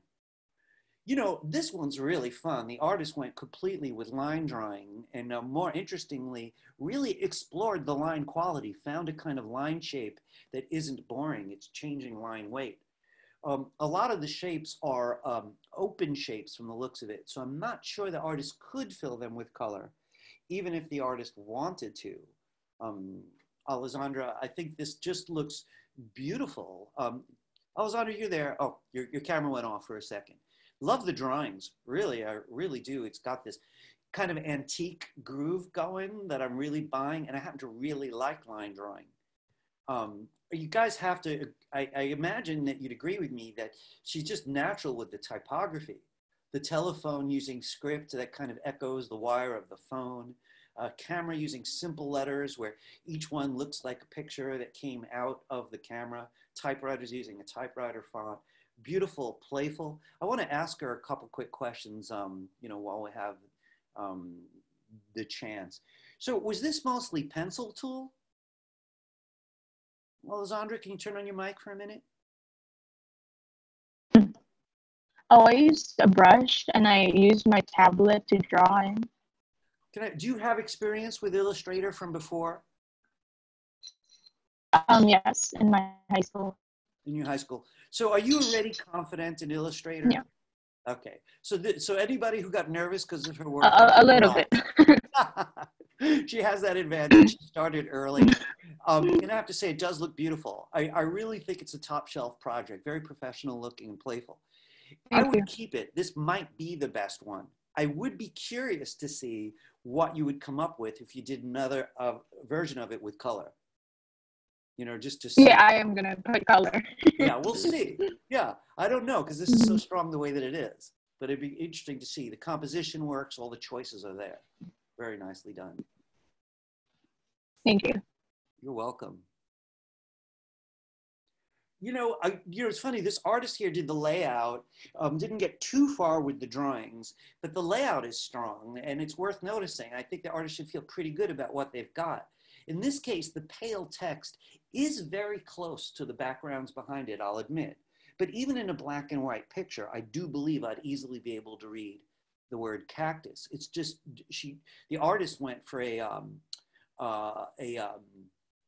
Gabriella went for a subtle kind of color palette. So in this case, the thing that really screams just in terms of color are three nearly black triangles. So the first thing you actually see are the triangles. So I know at some point, just like the cactus, the snake plant's likely to be in here, and the aloe vera plants are going to be in here, and just kind of relying on shadows to take us from one row to the next row. I think this one's a little odd since it's going straight down. Maybe the shadow should imitate the same direction, so we believe that there's one light source. Unless you really wanted to try it, it could tilt the other way to head to this box, just so I get that visual cue. The shadow takes me here, then this shadow could take me here, right? So it would be on a different angle, but I think that would look kind of nice. So well, I like the colors. I think the shadows themselves don't feel really complete just yet. You might need to play with those a little bit more to get those to work. And if they don't work, you might have to give them up and try a different element. But I have to say, I do like what they're doing as design elements, and I love your choice of font. I think it's very natural. I'm very curious to see how the rest of the drawing goes. Good start, lots of drawing left to do, but there's a whole week to do it, so I think I'm pretty cool with that.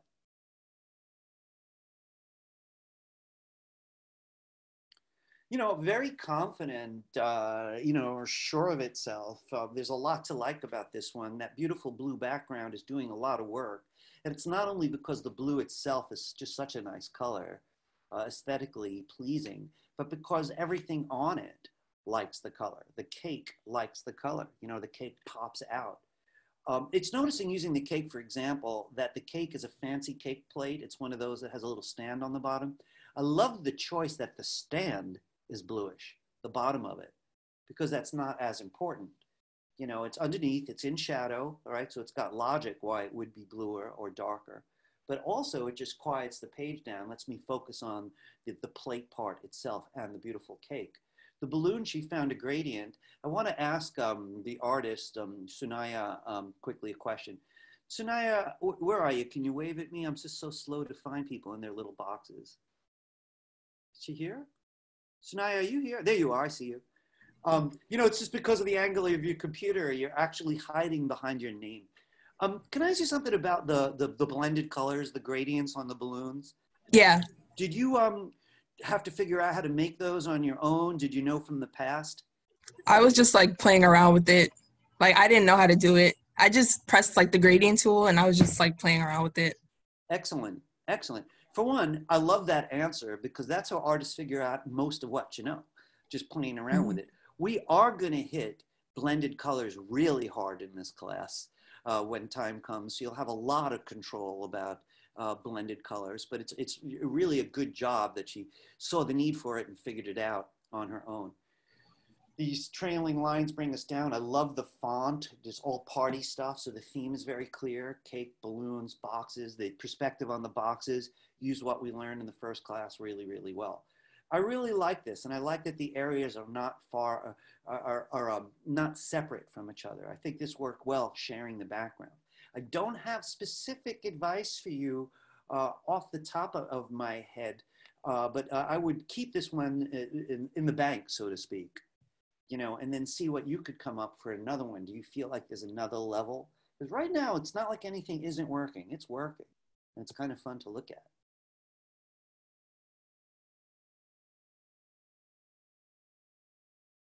So I want to say a few things about this one. There's some stuff to really like on this and a couple things that could probably need some work.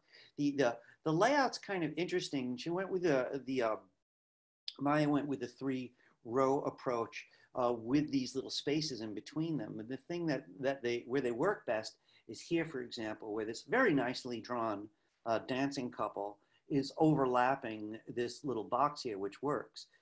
These are feeling a little separate. Even this that breaks out of the box is still feeling kind of separate. And I know this artist is thinking, hey, I'm not done yet. And so we're going to see that next week. This is the model, though, where it's absolutely at its strongest. Up here, there's some issues.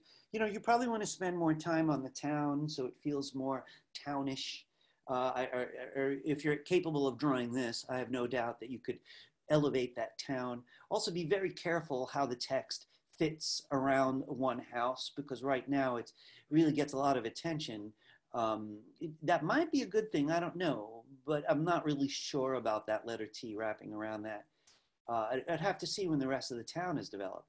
The island itself needs a lot of development, partially because it's in the smack middle, and it doesn't give the eye much to look at. So I know it's an island. I could tell this must be where the town is, but there's just not enough to get that interested in. You know, one possibility is, Maya, after the town improves, I'm trying to find Maya on my, there you are, hi. Once the town improves a little bit, you might want to copy one of the houses or 2 of the houses, make them really small and put them on the map, you know, scale them down. The great thing about Illustrator is you get to borrow from yourself. You know, somehow you want you want it all to be interesting, but particularly the middle. Another quick idea for you is you might want to play with the colors of the text on this. I have nothing against black text, but I just feel like this work here needs a little bit more adventure. You know, my capitalist side almost wants to take the dancers and make them quite a bit larger so they could really star, you know, since they're the strongest thing. But basically it's about working around at this point. You know, find what's weak, hit it first. You know, try some design stuff with it. The dancers are definitely the star of the show just now.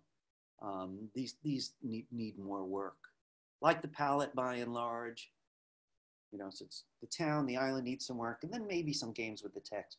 You'll have to see. I want to say a couple things about this really nice one. I do want to say to everybody, though, one of the weirdest things about going to art school, you know, if you're taking a class and you're working with a model, right? The teacher could easily come over and say, oh, no, the knee is not like that. Let me show you. You know, and then you're like, oh, yeah, okay, I get it. Or they could talk about perspective. You know, okay, that hand's going to have to be much, much bigger than the face. But when it comes to illustration and stuff, a lot of it is a combination of, is it communicating? Does it have enough impact to keep your audience there? You know, if it doesn't have impact, why? You know, if you made yourself a cheese sandwich, you might be boring. You're like, what can I add to make it more interesting? What would give it impact? Some basil. I don't know. So I got to say, this one's got a lot of impact. You know, I have some questions for Natasha, but it's just a beauty. She obviously has, I'm expecting, let's just ask right away, because there's a question that begs to be asked. Natasha, where are you? First off, I'm trying to, let's see. Oh, there you are. Tasha, that's what threw me, Tasha. Tasha, Yeah. Natasha, of course. So when did you start using Illustrator? About the time when I applied to FIT. So it was a while so ago. like like a year. A year. Are you self-taught? Yeah. So what did you use to learn? Did you use YouTube videos or a book or? Yeah. YouTube, mainly YouTube, especially because like this was my first experience using the pen tool before you taught us today. So I used the pen tool for this. Okay, so you want to listen, Tasha. I mean this in a friendly way, but now you're becoming one of the people to compete with. She does have more experience, and I promise you, we're going to hit the same tools. So I'm going to use her to make an argument for the pen tool, and also for gradients, which are coming up kind of soon. Gradients just mean blended colors, right? Let me hide this. So these kind of perfect shapes, right, are shapes you cannot get with the pencil tool. You know, so it's like, you know, really, if I'm drawing a butterfly, it depends on the look that I want. You know, do I want a geometric kind of industrial perfect symbol of a butterfly, or do I want an organic freewheeling impression of a butterfly? So these are very, very, very specific shapes, really well chosen for the pen tool. She used the blended colors to imply light. I do want to tell everybody that I think the third project is a very realistic project where we take a real object from the world and render it in Illustrator to a very high level of realism. So everyone's going to want to use the gradient tool when we get there. So I'm going to hit it very hard along the way. It's very different. I just want to say quickly though, pills, soft drinks, and beer. So it's an interesting combination. I completely get the pills and the beer. Bad idea. But I see what you're saying. Right, that it's based on a musical. The concept was from from a Broadway musical. It was things that appeared in there. So I was trying to figure out a way to incorporate the name, but I haven't figured that out yet. Got it. What is the name of the musical? Be More Chill. More Chill? Yeah. So so this is the way I'm feeling about it. If I like this a lot, so I want to talk about it as is. But if you do want to make your argument that it's about this thing, then you're going to have to start thinking kind of Broadway-like and take it from there. So I leave you a choice. Yeah. If you want to stick with it as is, I'm sure you can make that work. It's already at a high level. But if you really want the concept to make sense, you'd have to go there. I guess in a sense, my first reaction was why soft drinks? You know what I mean? They're not as intense as booze or pills. But let me say something else then. These two words should be closer. This large gap between them is bringing the word soft up to the pills and the word drinks down to the beer, which is already makes too much sense. It takes the mind away. But even more than that, generally when there's two deck headlines, two lines like that, you want to be very careful with the space that's in between. For whatever weird reason, I love the font you chose, even though it's a technology font that talks more about that kind of thing. Maybe it feels like a marquee for Broadway. It's very tech. Yeah, but I it's do think relating to the show, like relating something to the in the show. So this looks great. Great light, great scale. Love how the pills are huge and the bottles are small. Guys, listen, I want to say something to everybody. Feel free to go crazy with scale. If everything's the same size, things get boring. So if there's something there that should overlap the page for whatever reason, as long as it doesn't become visually confusing, you know, you'll know. It will be visually exciting. You know, it's easy to imagine these bottles much larger because of the shape they make, but I'm not sure she'd want to do that. It really depends on the star of the show, you know, what she wants to point out. But it sure would look good to mix it up with some scale. You've got scale because the pills are huge. You know, logically, they're huge. Yeah. But in reality, all three of these drawings are the same size. So you have to wonder if it would be helpful if they weren't, right? Which is a theme that's going to keep coming back in this class, really. How to use scale so things are not the same size to get visual interest. Well done, really, though. Thank you. This is fun. You gotta love the milk in the middle, and I'm kind of glad it's in the middle because it is the coolest of the three. And I really hate to do that to you, Carly, of just pointing out one element because it's so good. But you know, people are always gonna do that to you. Where are you? Are you there? Is she here? Yeah, I'm here. Oh yeah, maybe it's. Give me a second. See, why am I not seeing you? What is going on here? Oops, sorry. I lost you for a second. I lost the artwork. Give me 1 second there. There you are, Carly. All right, I was clicking the wrong thing. Come back. Anyway, this looks terrific. I'm glad it's in the middle because it gets the most attention. Not an easy task. Love the rendering of the glass. You know, really just thoughtful use of simple shapes. I like the rest of it too, but I just feel like this is the most professional.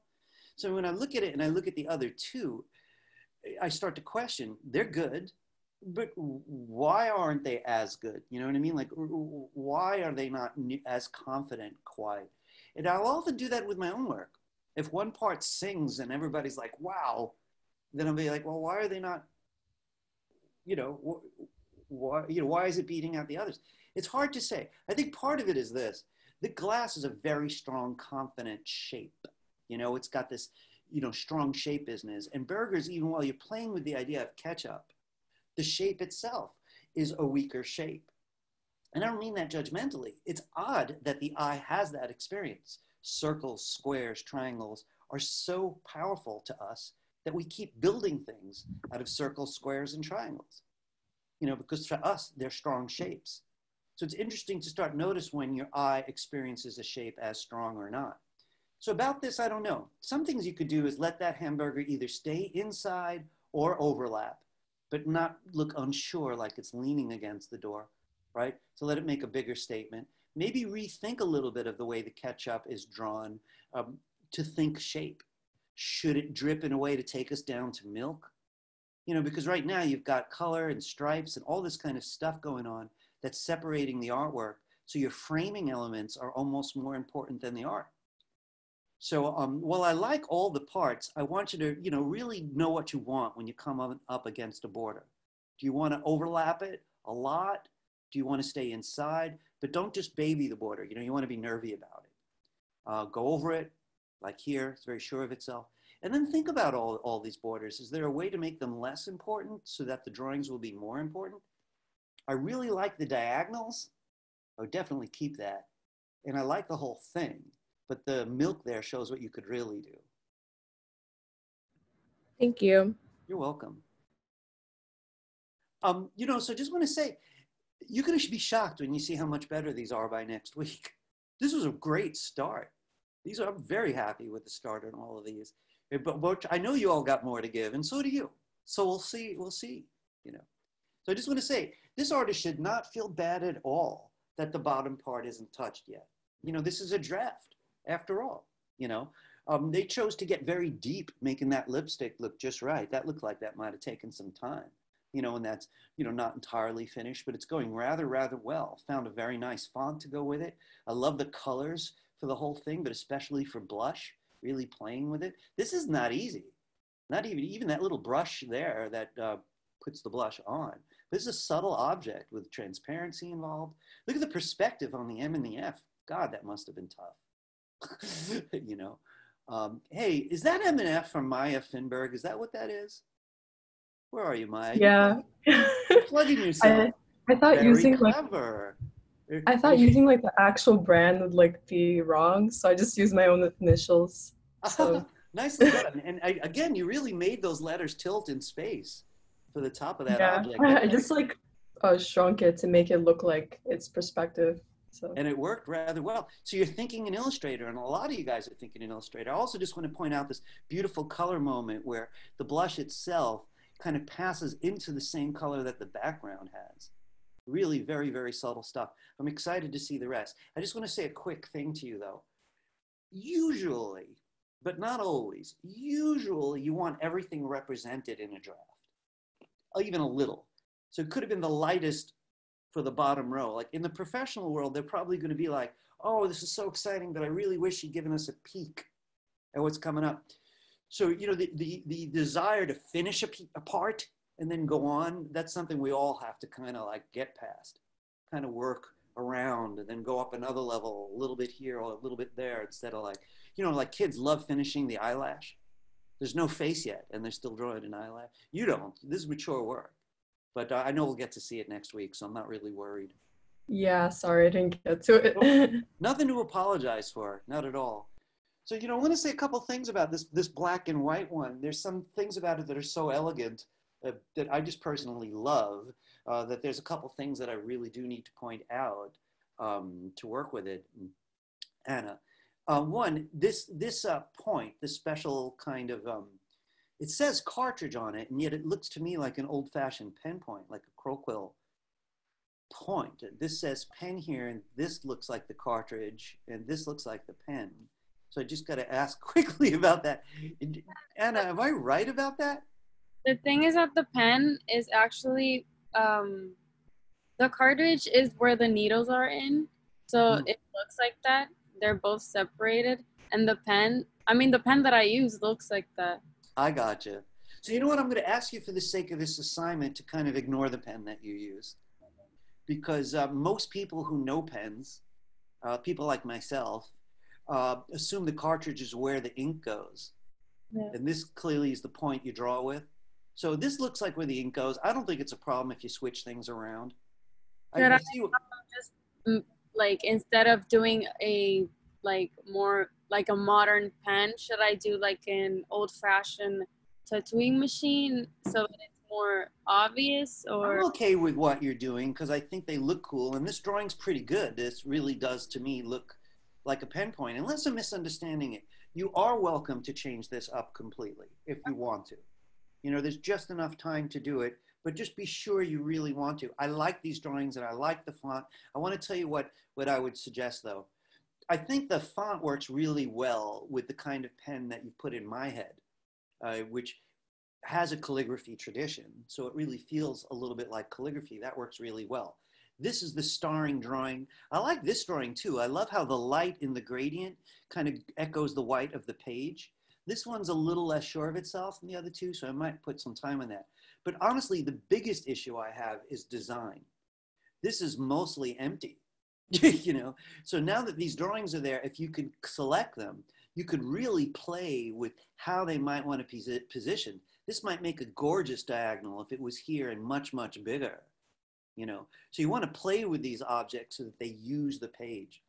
But, you know, one model that you might want to keep in mind is when you have a camera and you see something cool, you're usually going to zoom in or zoom back or move the camera. You're going to make decisions before you go. So this is that same kind of logic. That whole rectangle is your page, and the whole thing is doing work, and you want it to count. Where it's empty, the emptiness has to count. But if it's empty and the emptiness isn't helping, it's pushing everything to the side, then we got to have the nerve and bring that actor out in the front. So I gotta say, there's a lot that I like about this. Some beautiful use of gradients, which you obviously taught yourself, and I like the theme. By the way, you don't have to make a PDF. You notice I'm using Illustrator files, but it doesn't really bother me. I just want to say something about this one because it's an eye catcher that Carly made. 3 kinds of music. So the theme, again, is well thought out. Hip hop music, which is relating to a city walk. It's an urban, originated in an urban environment. We've got the old fashioned kind of boombox going, headphones even. Country's got the country symbols, even figured out how to get a texture in the back there, which we didn't cover. And, rock and roll. Also 3 different kinds of font, which are very much about the different kind of music. Also playing games with overlapping elements. In this case, the guitar is the best example of it. So what I like about this one, Carly, is it's very ambitious. Hey, wait a second here. I'm a little confused. Do I have more than one Carly in the class? Since now do I? Hang on a second here. Yeah. We do have more than one, right? This isn't yours. Where are you, other Carly? There you are, Carly. You spell it different. So listen, I want to say something about this. What I like about it is it's ambitious. You clearly spend a lot of time, not only thinking, but thinking about what drawings are going to go there, which I really, really like. So it's exciting, So now what we're going to have to do is figure out how to sort all those exciting elements, almost like a musician would. If a musician's like, oh, we need some symbols here, and later on, too much symbols. Let's back up on that. That's the kind of logic that I think you're going to need right now. So I want to make a couple suggestions to you.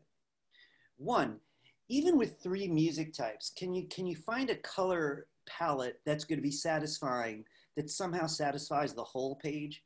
So like right now you got black and yellow and brown and a blue that's very close to the black behind it. So the colors are not really doing a lot of work for you.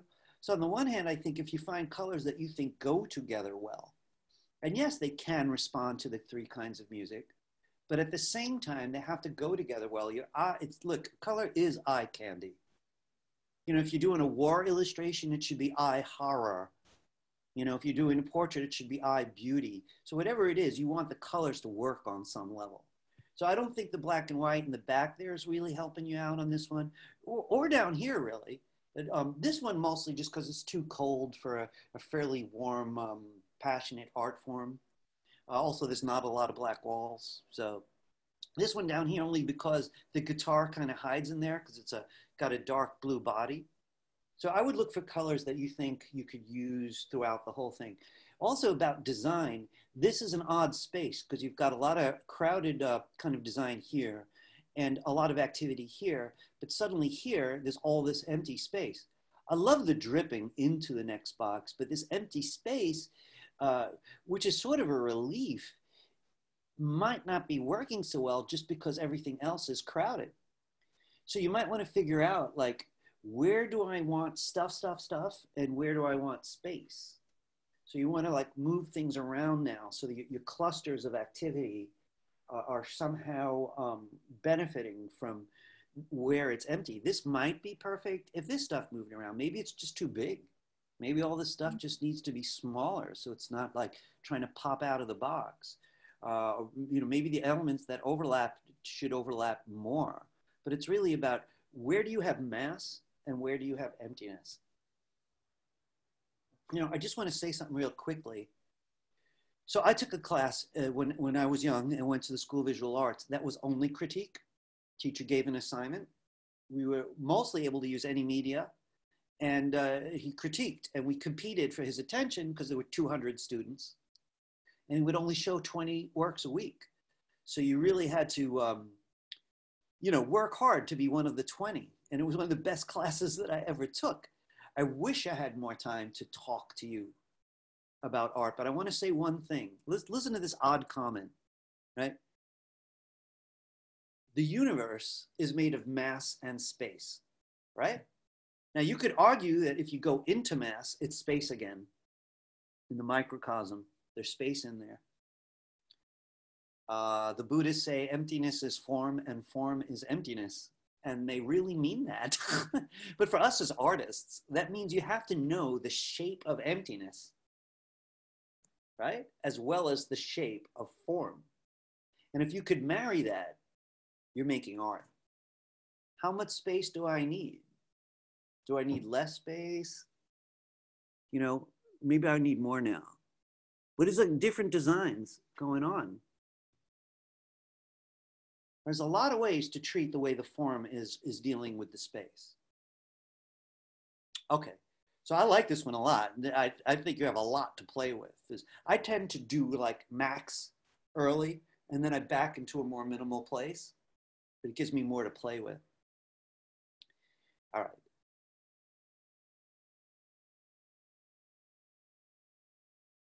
I love the palette on this one. You know, the colors are just so specific. The artist has got a real attitude about the palette. Look at this elegant drawing too of the hand, you know, where the line is just sort of so musical like that, which I really like.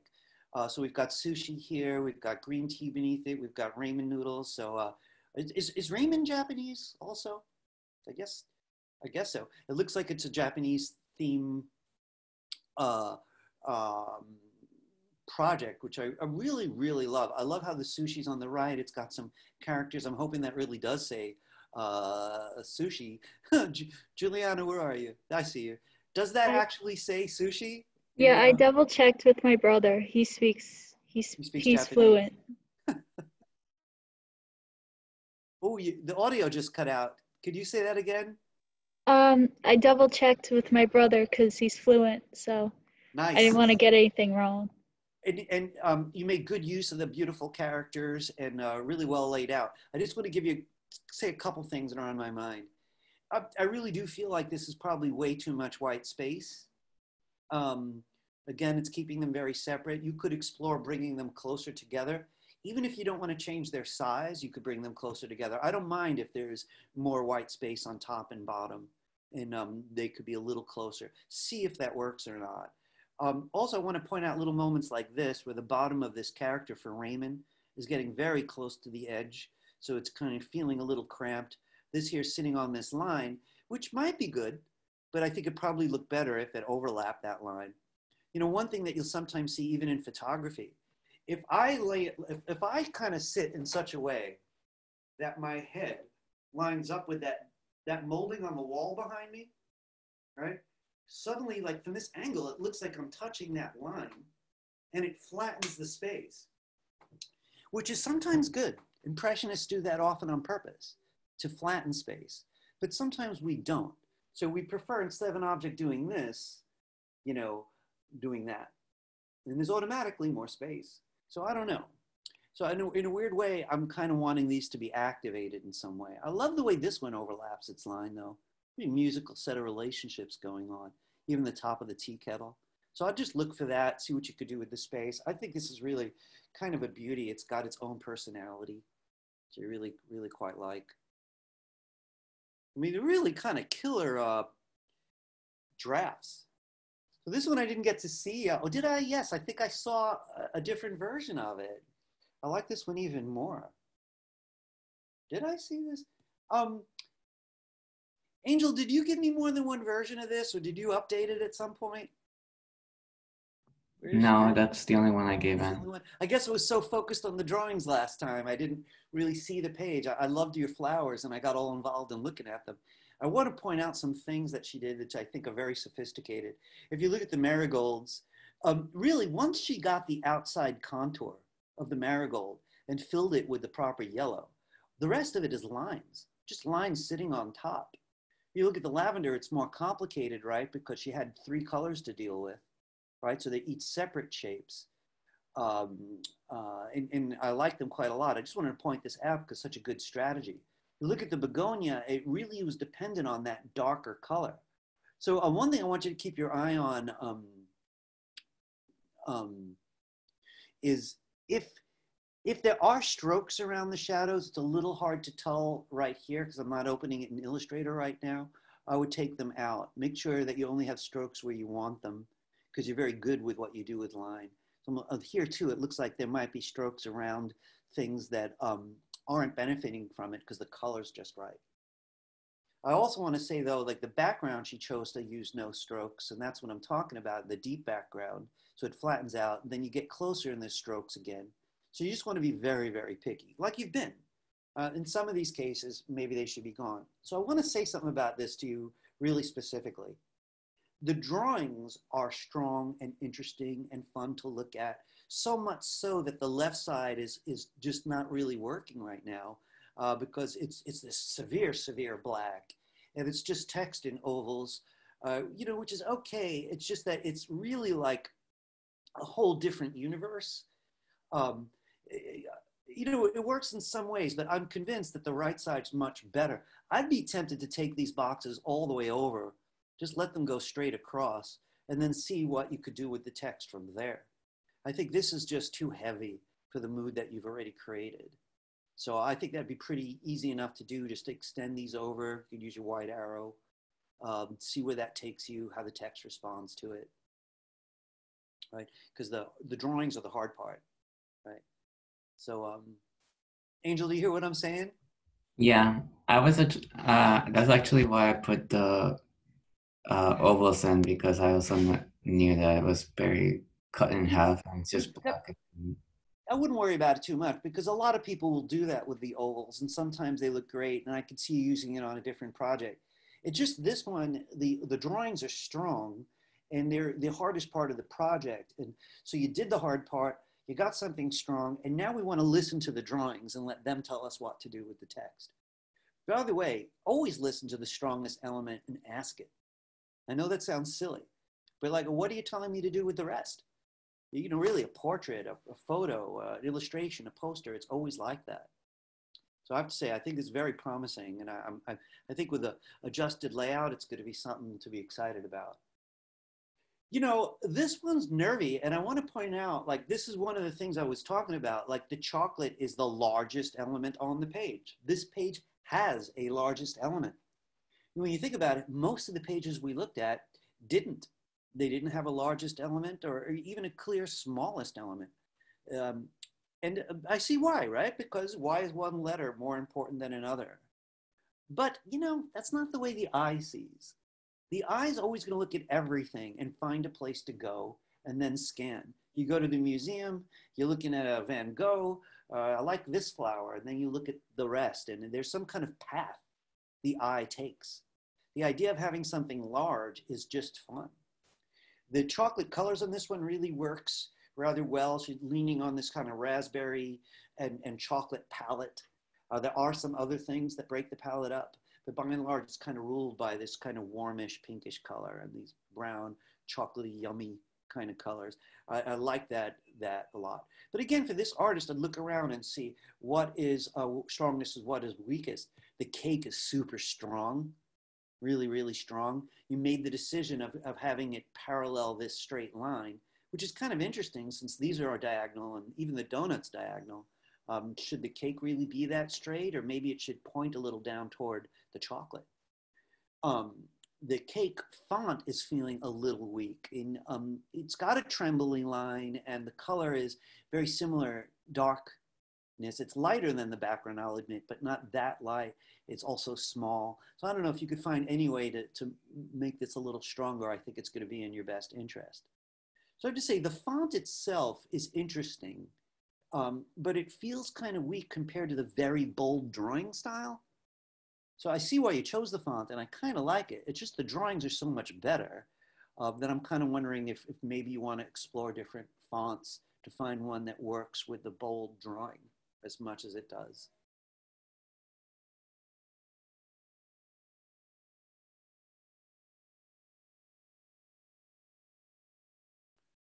So, you know, this one, you know, really will need more. The artist chose something very difficult to do. It's not easy to draw a fern specifically. You know, make sure that it's different than ivy. Make sure that it's different than a cactus. So it was a tough thing to do. I like the kind of elegant vibe of it. It feels like some restaurants I've been to. It's like a New England restaurant where you have to wear a tie to go eat. So it's got attitude, which I like. It just doesn't have enough to sink my teeth into. I don't know, do we need more? The ivy's like my favorite drawing. I kind of recognize it as ivy without being told. The cactus, I don't recognize as a cactus, so you might want to find a cactus that's more obvious, you know, like the kind they use in Westerns. If you really want your audience to get it, you know. So I don't know, I feel like this needs more. I don't know, maybe the cactus should be in a desert and the ivy should be on a lattice like they have on a garden wall when it climbs the wall. Or maybe the fern needs a pot or something. So I like these elements. The drawings themselves are kind of beautifully done, but the page isn't really showing them up that well. You know, similarly, I'm not wild about the font because, again, it's the drawings are the star here. There's some really nice stuff. The page itself is tired considering how energetic the actual drawing is. So, you know, I just want to say something, Robin. This is good. I'd make more use of it. I would see if you have time, if you could think what else you could add other than the flat color backgrounds. Lastly, I want to, so a couple things. Give me more. It just needs more, bluntly. Consider a different font. I just have a hunch you're going to find something that will work even better. But even if, I like what you did with the white first letter and the small other letters. I think that was very clever. But even if I just move this here, it would work better because it wants to have a relationship with this hollow part. Similarly, this here is too far to the right. So it wants to be further to the left. It's almost like running away from the ivy. So you can see in each case, there's something like that where the text is a little afraid of the artwork. So I think it's very promising. Actually, you know, it has a consistent flavor and some very fierce drawing. So really now it's more about thinking more on the design side than anything else. Right. So I hope that helps. You know, it's interesting. We're going to keep juggling this like art, drawing logic to design logic, which frankly is the same even for fine artists and painters. You know, it's so bold. And a little bit strange in ways that I love. I mean, one thing I totally love, the subject is just dead on and surprising. You know, pack for cigarette pack. The white just breaks open completely to the inside of the page. It's a wonderful design decision. It just opens up to the page, which I think is great, Jackson. Really economically drawn lighter with one little gleam on it, really very self-confident. Notice that the word lighter even has a little black shadow next to it, which is cool. And then instead of saying lungs, cage, you know, and that's just so odd, you know, like the rib cage, right? And, you know, the rib cage houses the lungs, but we're on this lung path. He's talking about cigarettes. And then he chose to go rib cage. So I got to ask Jackson a personal question, and he doesn't have to answer. Jackson, do you love your cigarettes? Are you mad that they're unhealthy? No, I don't smoke. Oh, you don't smoke? Because using the rib cage as a cage sounded so much like a smoker who's just pissed off that cancer exists. I just want my cigarettes, for God's sakes.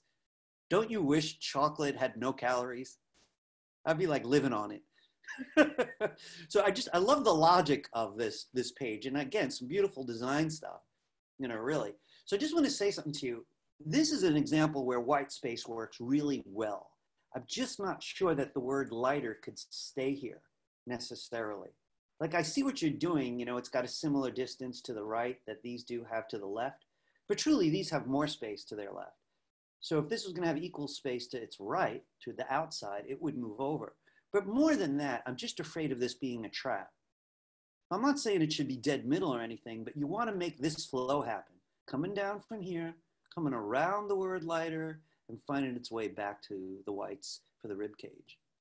So I think this is working really, really well. I think this could go a little bit better if it's got some unusual ingredients in it, the way you treated the design, the use of white particularly. I'd like for everybody to notice, you know, he's using white as a color. It's not emptiness, it's a color, you know, which is pretty cool.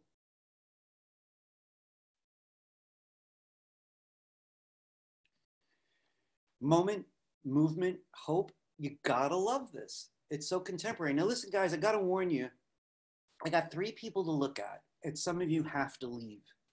If you have to leave, you go right ahead and leave. I'm making sure that I'm taking attendance with my screenshots. I will not be offended. I hope I talked about your art already.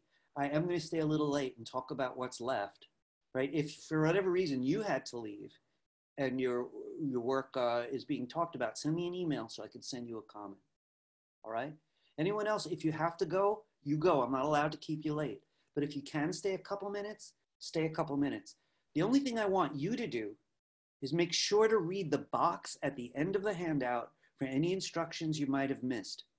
You don't really need me to go over anything because you all did it right on the drafts. So I was gonna go over that stuff, but I realized I don't have to. So right now I just want to talk about the work that's left. You feel free to choose whether you could stay or not, all right? I do hope that Miles can stay right now because he's got this beautiful work that I want to say something about. So, okay, we all know what moment he's talking about. It's a moment in time right now that we're all sharing, this moment where we're contending with our country's issues with race that we still have after all this time. And I want to say this is a moment we're reliving in a new way. You know, I was born in the early 60s, so famously there was race on the table. Race is an issue in the 60s and the 70s and the 80s, which led us to eventually having one of the best presidents the country ever had. You know, our only Black president happened to be one of the best presidents. So we all know we have to outgrow this. So the moment was George Floyd's horrific death, which led to a lot of people entering this movement. This artist had a lot of fun playing with these letters. And then at the end, I hope where two people of two different kinds are holding hands and, you know, as people say, from your word to God's ears. I just want to say, I think this is a beauty. I like how current it is. I like how confident the very simple graveyard is with a receding perspective into the distance. This has happened to other people, he's saying. How many more, as it says here? I love how this person's holding a sign over the crowd. So the light background really features the Black Lives Matter sign, which I think is kind of wonderful. Here, the background's treated as a radiating set of circles to draw our attention to this harmony. You know, for the record, I come from a multiracial family myself. We have almost every race in the bloodstream. Here, I might not look at it because my side's pretty simple. And, you know, we take this integration very seriously, as we all should. Let's benefit. Listen, in the way of criticism, I am a little bit wishing there was a way that these two shapes were linked a little bit more than they are, because this one's got the virtue of the M bringing us down, which is getting me ready for this hand taking me the other way. So there really is a kind of bridge. Up here, this is kind of kept a little apart, and I don't have an easy solution for the artist. Maybe the gravestone could be lower, one of them, like a different row, so it would be in front. I don't know, right? Miles, you hear what I'm saying? Are you there? Yep. Yeah.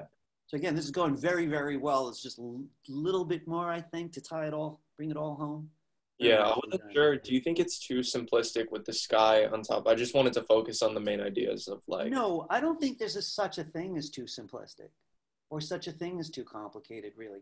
It's too complicated for this purpose or too simple for this purpose. You're trying to make a point crystal clear, and you did it. You really did it. So the simplicity is working for you. I don't want this to get complicated. But if you feel like the flow is interrupted anywhere, like I pointed out between the first and the next two rows, you got to kind of somehow figure out how to make the flow behave. Gotcha. Yeah, Thank you. Very well done.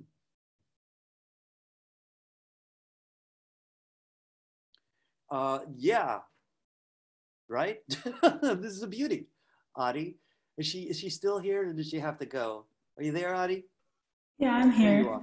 Beautiful work. You know, I do have some advice for you because I usually do. But I love the way that the chess piece, say, and the billiard board share their method of standing out, you know, that they're framed in front of it. And also the domino, right? Even though I realize the domino's based has more white than the other two, it's still the black and white element. I think that, I like that a lot. You even figured out how to put text on a curve, which is pretty advanced. We have not gotten to yet. I love the colors you chose in the background. I think, though, that this overlapping game you're playing needs to go, those objects need to be bigger. I think if this chess piece was bigger, literally overlapped way into here, these white stripes would actually work for you. Right now, it's like showing you got the nerve to do it, but still a little more timid than I'd like it to be. So I think it should really just go over. This similarly, and don't be worried if the word billiard actually overlaps the pawn, that magenta pawn. Just let this whole thing get bigger. Everyone will know it belongs to the middle row. Similarly, here, this one's really literally being cramped by the ceiling. It's like a guy too tall. You know, he's got to bow his head down. So really, if you either overlap things or you stay away, I think overlapping would really help a lot. You've got visual complexity in the background, which you're making work, but I think these objects being larger, especially this one, It's got the most competition with all those black dots all over the place. Larger. I think the priorities will be even clearer. Plus the design will be even stronger than it already is. It's already pretty top shelf. I think it could be absolutely top shelf with a few changes like that. Does that make sense? Yeah, I think the one thing that I was worried about was the text, but now that you're saying it would be bigger, it makes a lot of sense. And then like in the billiard balls, I put like a B instead of one of the 8s, which is fine, right? Because I didn't do that in any of the other ones. That's but true. Yeah, I don't mind that. I mean, it Okay. doesn't make or break anything. You know, the biggest doubts I have text-wise is this O feels like it's falling over by itself, or this curve is very confident, this one isn't, you know, that kind of thing. But I would yeah, I think I might make the N fall too, so it's more intentional. You know, I'm not sure it needs to go around the corner. When the domino's bigger, it might do best just going straight across the top of the domino. You'll have to see. You'll have to see. Because if this is bigger, then the domino itself is going to take me down on a diagonal into this area, you know, which right now it's kind of not. It feels like it's being pushed down, you know, with its head cramped. So I think this being overlapped and confident, the diagonal will work very well. I think all the shapes, truly, this curve too will have a nice little dance going with the outside curve of the billiard. So that kind of movement. So I think it's got a lot of potential, particularly strong. Oh, I didn't see this one before. This must have come in late. I love it. What a beauty. Hey, Andrew, you rocked this one. I mean, it's just, you know, guys, listen, you know, we all would love it if our teachers could logically explain everything. You know, like, why do these colors work? And sometimes we do, and sometimes, I don't know. Sometimes it's just charisma, which we're all looking for. Why does something have charisma that draws us to it or not? The lumberjack is just killer.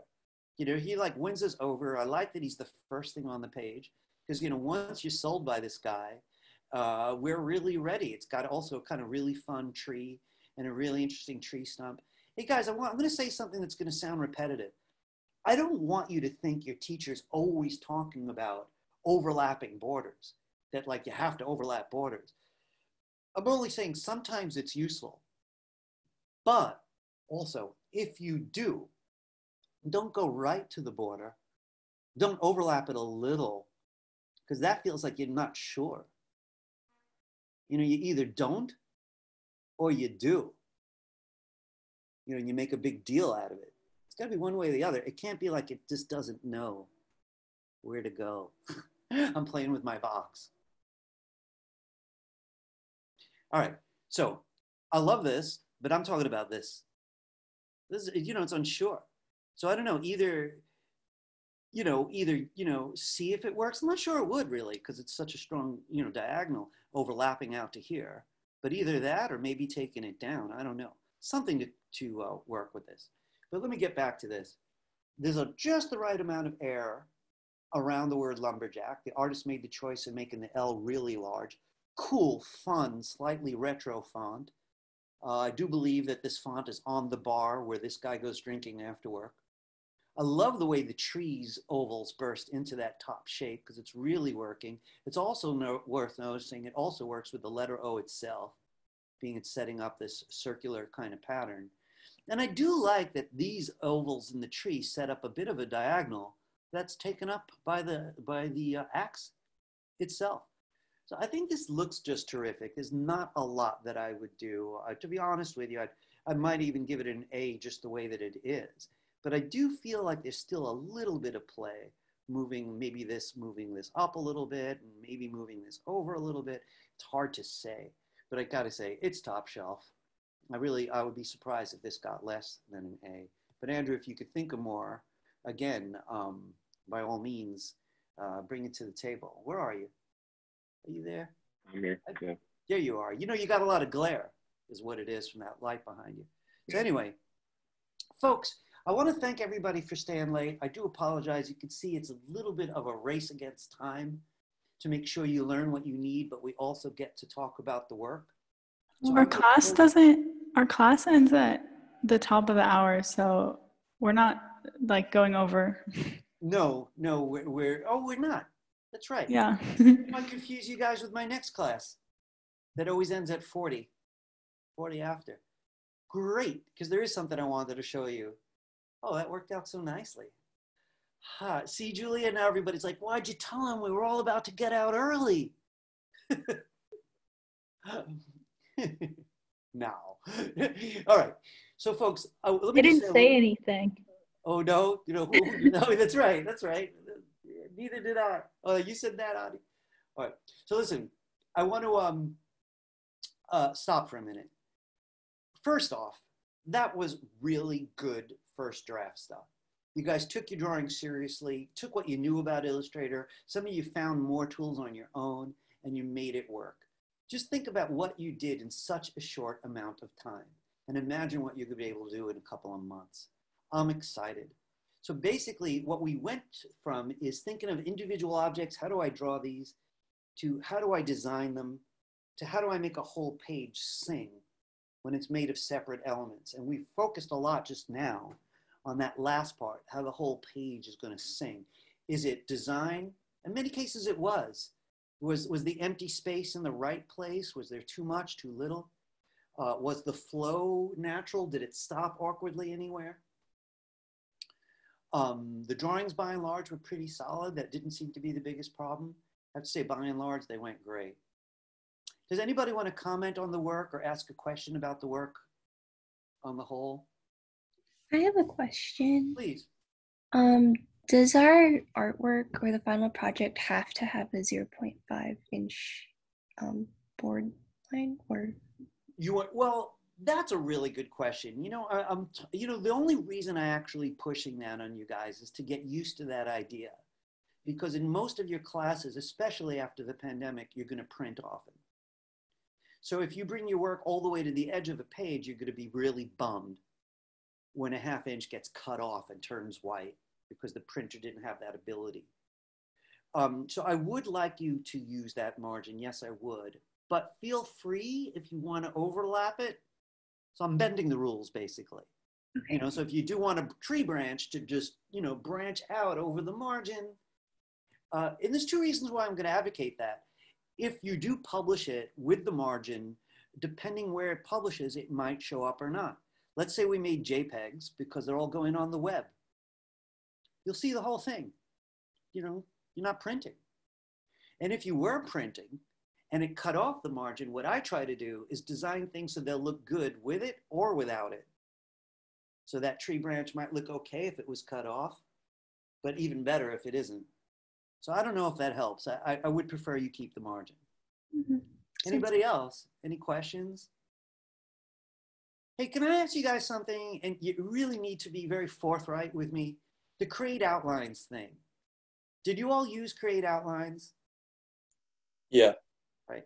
So I want to say, if you didn't, I was going to go over it, but I'm not sure. Would anyone like me to review it? Create outlines? You know, I think I am. I'm going to do that as the last thing before we go, but I want to mention, I never mind people doing a YouTube search or Adobe manual search to back up my class. If you forgot, the handout will always mention the main features. So if you ever think that would be helpful, you could always look up create outlines, for example. I want to get back to my handout and point out a couple things. So you can see, I was going to talk a little bit more about type today, but you guys did great. There really wasn't much that I had to say. Nothing new that's really, you know, flat out new. But this business about creating two versions or not for outlines is something that I want to say something about. And I'm going to do this very quickly because I want to say a little bit about this stuff too. So you're all seeing my screen, right? All right, so here I go. Let me come back to something that I was working on earlier. So say I had some text on this page. Now I want you to notice something. I just clicked when I made that text. And since I clicked with the type tool and typed, I can do stuff like rotate it, scale it with the shift key, and play any kind of games that I want to, because the text is free. It's floating text. And I'm trying to find what I want. So I'm playing with it. Now, the thing is, if I had made a box first, the black arrow wouldn't behave that way. The black arrow would rotate like this. The text is still straight, right? If I scale it, the text doesn't get bigger because it thinks I'm interested in the box. So the first thing I'm pointing out is for this assignment and most of the semester, if you use this tool, don't drag a box. Just click and type. All right, next, once you've got your type, we did Command T to get this palette out, which I call the type palette. It's really called the character palette. Right? Now, the thing about it is it lets me choose different fonts. It's been a little finicky lately. It's not updating well. So I might just click the menu and look. And once I find a font that I want, the question becomes, will my client have that font? My team, will they have the font? You know, once I publish it, it won't matter. But if I'm going to pass this around, everyone needs to see the correct text. So what I would do is I would save this one. And I'd give it whatever name. I'm going to just call this one boxes and text. I'm going to put this on my desktop for today. And it's an Illustrator document, right? So usually it would show me .ai, but I'm going to just type it. Problem is, and I'm going to okay my way through, if I give this to somebody and they don't own American Typewriter, they won't see it. So once I've saved it, I'm going to click it again with the black arrow and use the type menu to create outlines. Now that basically means anybody's going to be able to see it because it's not a font anymore. It's made of anchor points, just like a drawing. You know, so that's cool for lots of reasons. Sometimes I manipulate text that way, but mostly it's so that everyone could see it. So when I save this one, I'm going to do save as instead, because I want to give it a new name. I want the earlier one to be safe. So if that one was boxes and text, I'm going to call this one boxes and text outlines. And I'll know them apart. So essentially, I'm only going to use the outline one when I'm done with the other one, when I'm flat out done. And this one I'll send to Kinko's if I need it printed, send to the advertising agency if it's an ad, the publishing house if it's a book, you know, to anybody, even my client, because I won't have to worry whether they own the font or not. But if I want to work on it, I'd be wise to put this one away and go find the other one. Because this one here still has the font, which means I could do your usual font kind of stuff, like change it in whatever ways, right? Which I won't be able to do on the outlines version.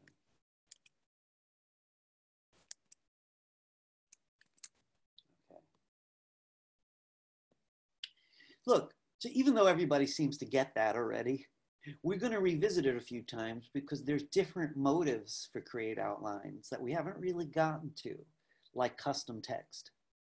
So we're going to need more drawing power to really be able to redraw letters, but it is a common way to customize text for projects like this one, to be honest, but also like the next project that's going to be coming up pretty soon. So I want to just say a little bit about in the last 3 minutes.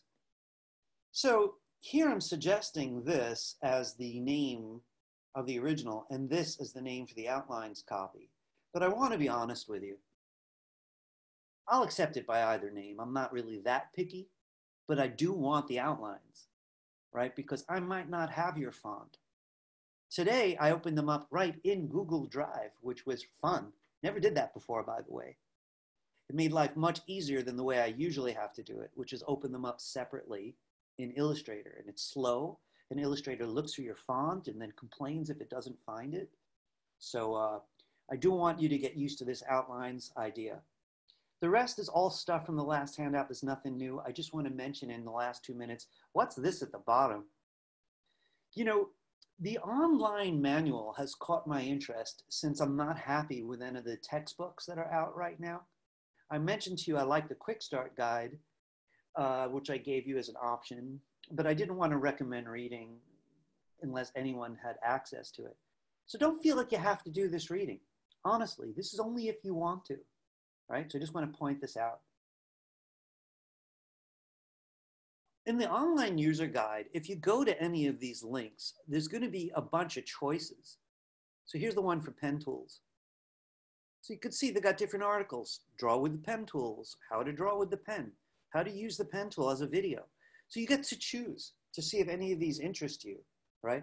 So these links that I'm giving you take you to choices on the subjects of the moment.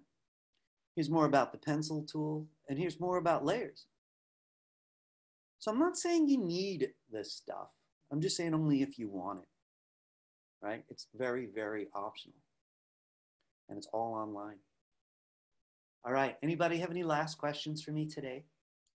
So that's where we find the folder to drop it in for Google Drive? Yeah, so on my handouts, you always want to check the box at the end every week because there's always homework. I don't think there's one week where there isn't. So the box at the end will include everything you need, including the links to the Google Drive. So I want to tell you what's going to happen. I'm going to take everything today in our folder and make a little folder called drafts. So you don't want to put your stuff in there. You're just going to put it loose into Google Drive. You're just simply going to click the link, drag your finished work, and drop it in there. Is that clear? Yep, thank you. All right, excellent. All right, so again, don't look for subfolders. Don't be too smart. I'm going to make subfolders to put the old stuff away. But this is for the final. And next week, so I just want to say a couple quick words. Next week, we're going to look and more thoroughly. I may ask you for more feedback next week in the class. I often call on people to comment. So we'll see how that goes online. We are going to learn some new stuff next week, but not a lot. We are going to introduce the next project. So I don't want to say a word about the next project till next week, right? So everybody's here. I want to say hello to anyone who might have been out, who's going to be watching this on YouTube, right? Hello, YouTube people. Anyone else who's going to watch this more later or look for your favorite part. Folks, it's been fun. You guys are great to work with. There's a lot of talent in the room. I'm not surprised. I've been at the school a few years. That's the way it is. You guys have definitely proven that you're on par with the high expectations we have. Keep your heads, do your best. We'll see something even better next week. All right. I'll see you all. See you next week. Sounds good. Thank you. Pleasure. Thank you. Bye. Bye, everybody. See you next week. Bye. See you then. Bye. See you then. Bye. I'm leaving slowly in case anybody wanted to talk to me at the very end. Hey, Tasha. Hey. How you doing today? Good. Yeah. I wanted to ask about like maybe instead of the soft drinks, could I add like maybe like a cell phone? Because like maybe like toxic things like going on. I'm glad to hear you say that. I don't think you should be too devoted to the play, even though it got you started. Now the work is yours. You know, so let me just get yours out one more time, since it's just you and me. And I'm going to make it quick because I don't want to forget I have a class coming up very soon. Let me just think. It's at 1, so it's not too bad. I just want to get their stuff online.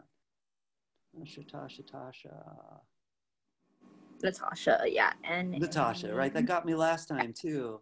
Yeah. I got to be ready for that. Did I pass you? There we go. Yeah, right there. Yeah, I think so. You were suggesting a cell phone? Yeah, to do a cell phone. So like toxic things that I got it. The only problem with that is it's not obvious enough that a phone is toxic. That might be your opinion. That might even be my opinion. Yeah, so then I thought maybe like I could do a phone and then like do like 3D bubbles, like you know like the text bubbles on like an iPhone, and like put like messages there, like little like distinct illustrations. You know, honestly, that is pushing it a bit. So I think if I were you, even though I really like the drawing of the bottles, but I think it is a good idea to swap them out. You know, to be honest with you, I feel like the beer could use a little more work, especially you need to get the curves on the bottom better. Really just that part on the bottom. But I'll try to fix that up. But in terms of that, I would think of things that are more in keeping with objects that are openly toxic. The cell phone is really kind of too debatable. I mean, if you really want to say that, then it's possible the whole page has to feel more toxic. You know, let's be honest, like, you know, pills are often good for people. And I have nothing against the beer after work. So you're talking about drug abuse. and alcohol. Yeah. So if you want to talk about things in the extreme, you have to make like again, like beer. I like the drawing. I don't want you changing everything, but I would have gone with like whiskey, or something, I could have. Oh yeah, okay, yeah. Actually, that's heavy true. duty, because beer's just a beer. Yeah, true. I didn't do like anything against whiskey. But I'm just saying. So in that case, the middle one could be maybe weapons are too much. So you really have to think about what else might be toxic. So Tasha, I want to say you're obviously a very intelligent person, and we're probably not going to think of the magic choice, right now. Yeah. I do like the idea of it being an object more than a philosophy, like political stuff that's toxic, or, lies versus truth and all of that kind of thing. On the controversial side, one could even say religion is toxic if they don't like it. You know what I mean? True. So you need something, you put a guy in a Klan hood, that's damn toxic, So I don't know what would fit on the same level of these things that. I'll brainstorm and stuff. You'll brainstorm. And I know you're going to come up with something because your intelligence is obvious already. It was nice talking to you, and I look forward to seeing what you come up with. I like this already. So. See you next week. Have a good rest of your day. Bye. Thank you. Bye-bye.